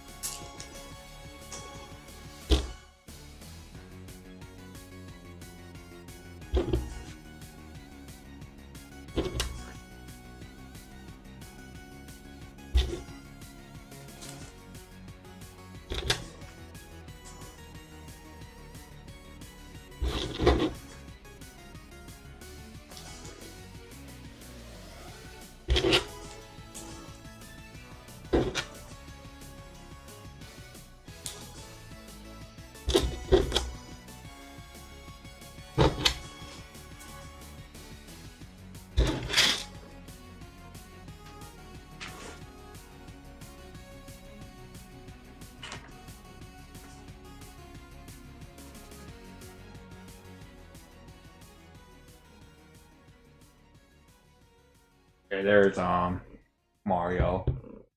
All done. I also need to try the new Ninja Gaiden game.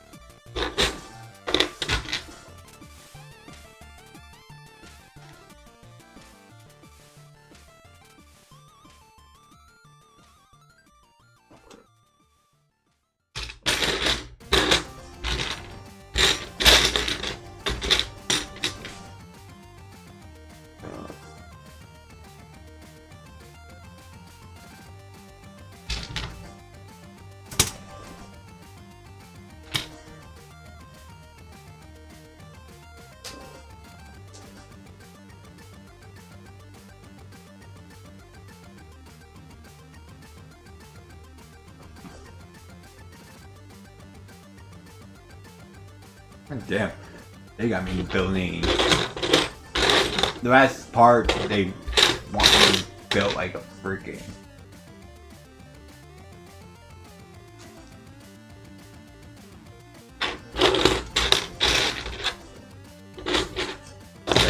Like I'm trying to find my disc fucking little piece I hear. It's like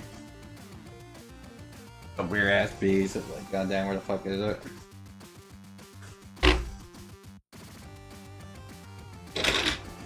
I think right now I'm making his actual cape.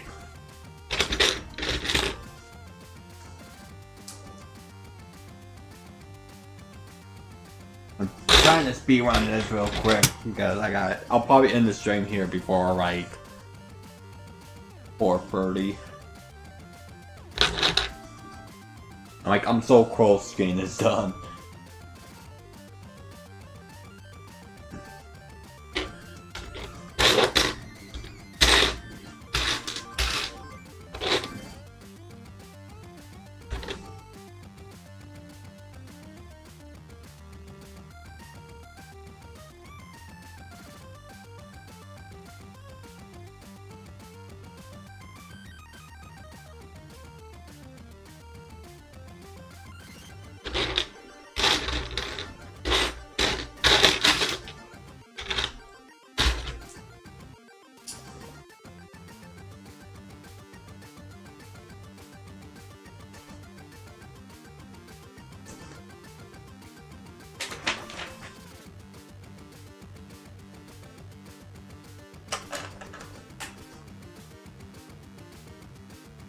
Okay, so I'm right.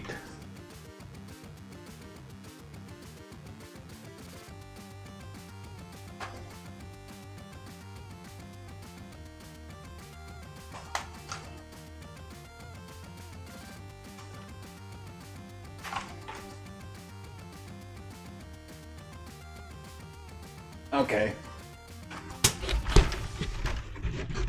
So here.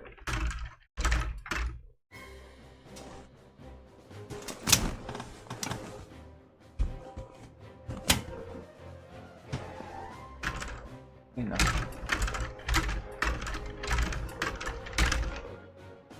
Give me a second, but pretty much Kate with Mario.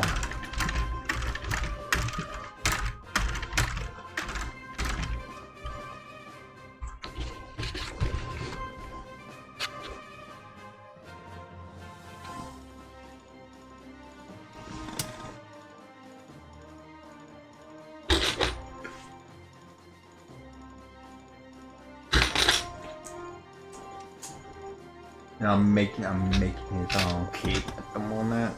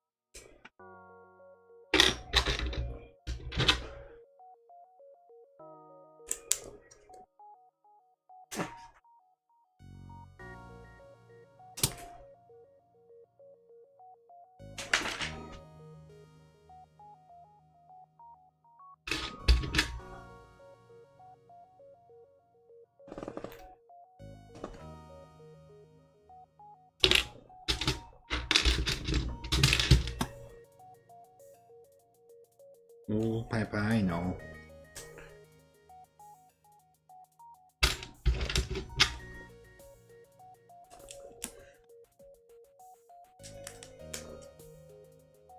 Like, I'm out done almost.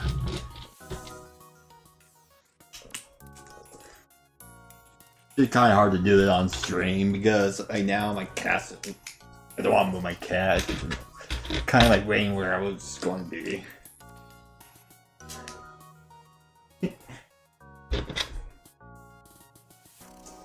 But at least you get to see like how much of a baby like Pie is, to be honest.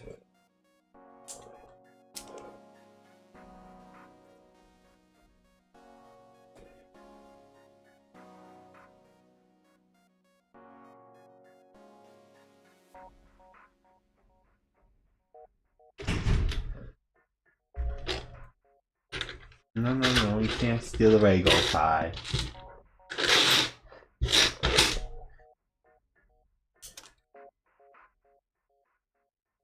Legos are not for kiddies. Well, I can get one of them giant fucking Legos, like the for towers.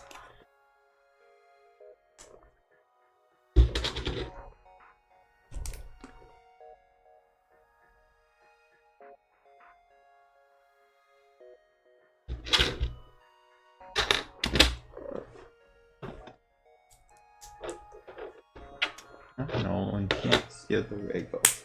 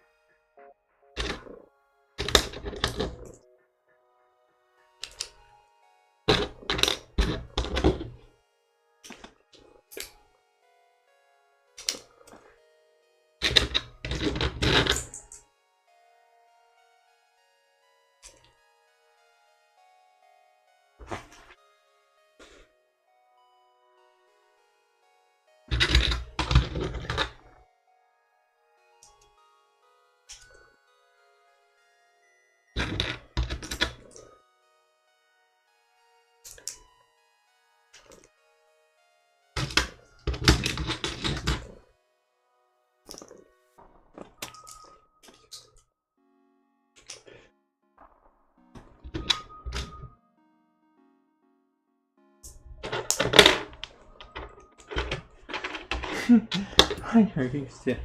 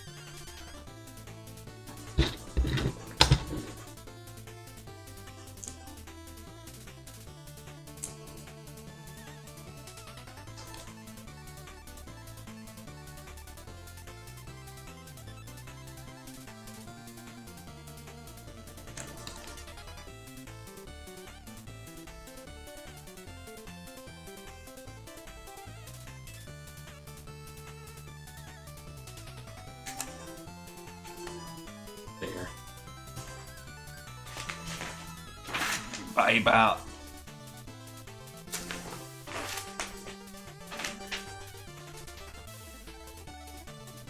Okay. I'm about done here. Give me a second.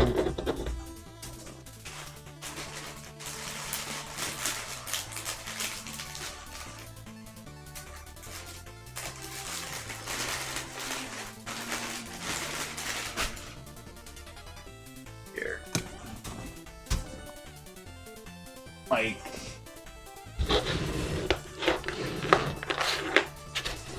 I got like Mario's, eh?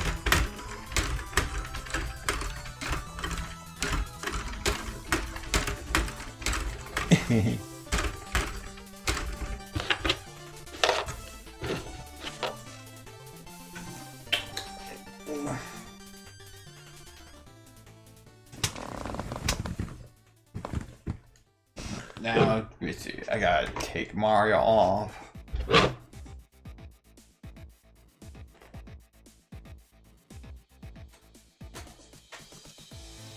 Here.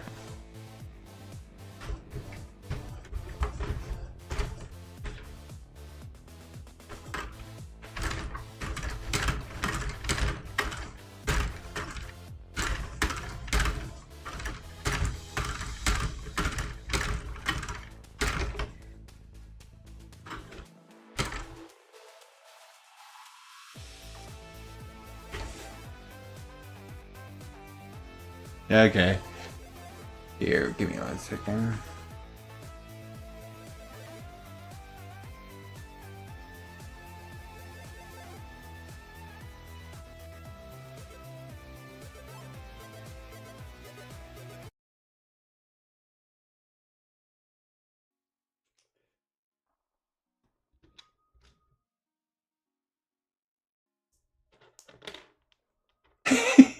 Yeah, yeah, she was still like trying to steal the Regals and shit like that. I don't know why that fucking end capitalized. There.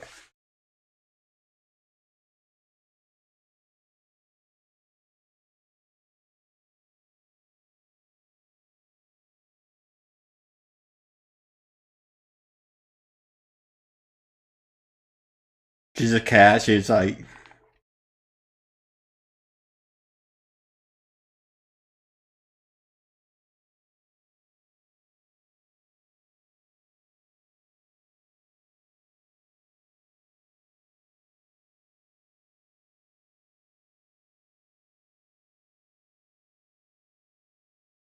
Okay.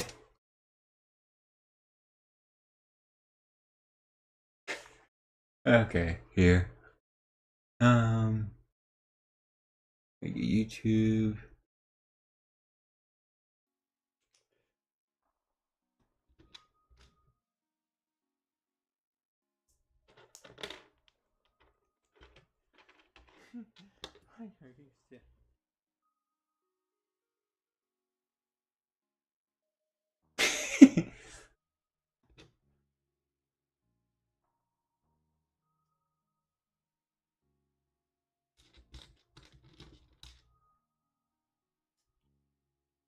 I like how she's fucking banging her right head on the table too.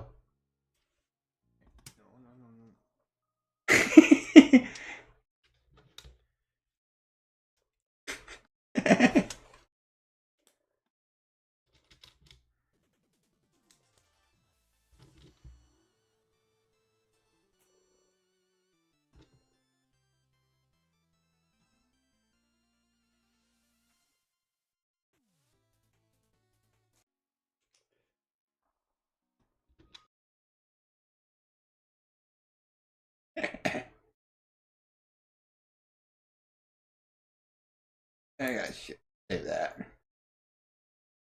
Okay. Camera. Yeah, but now I got like this right here. It's all done now.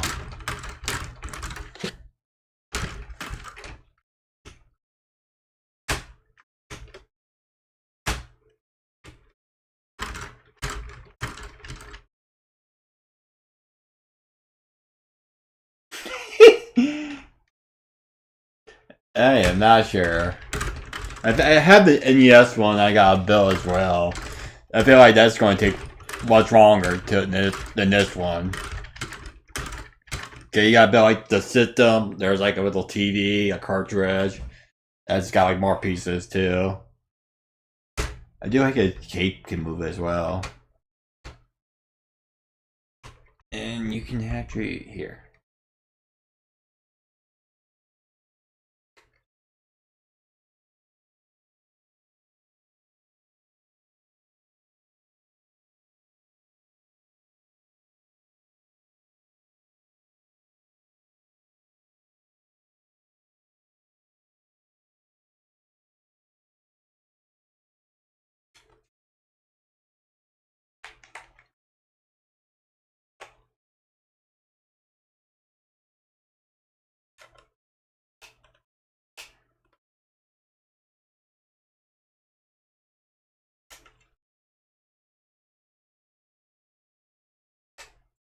There.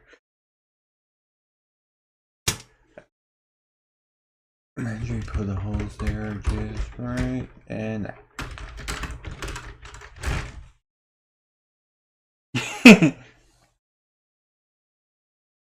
this thing I like the ones that I do right is you can actually remove like the actual cape itself. So you can have it both like as Cape Mario and just regular Mario too. Which is neat.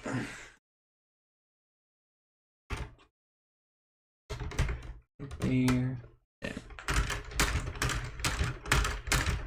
The funny thing is, if you have like the actual what you call that Lego Mario, there's a thing right here, like a little USB cord, like a not USB, like a kind of like the amiibo thing, where you tap it and it'll start playing the freaking Super Mario Brothers, Super Mario World theme.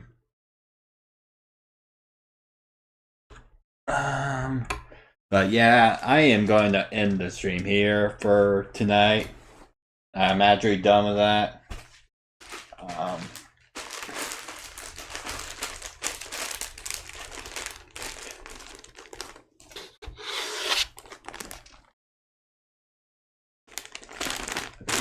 Here. Yeah.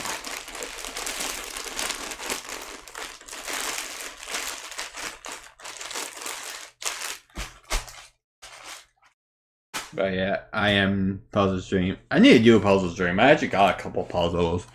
I even have one that looked like pie. I thought if I could go well.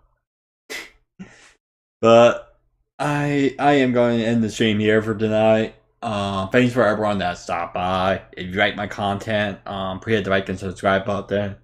Follow me on Twitch. I hope you all have a nice night, and I'll see you later. Peace.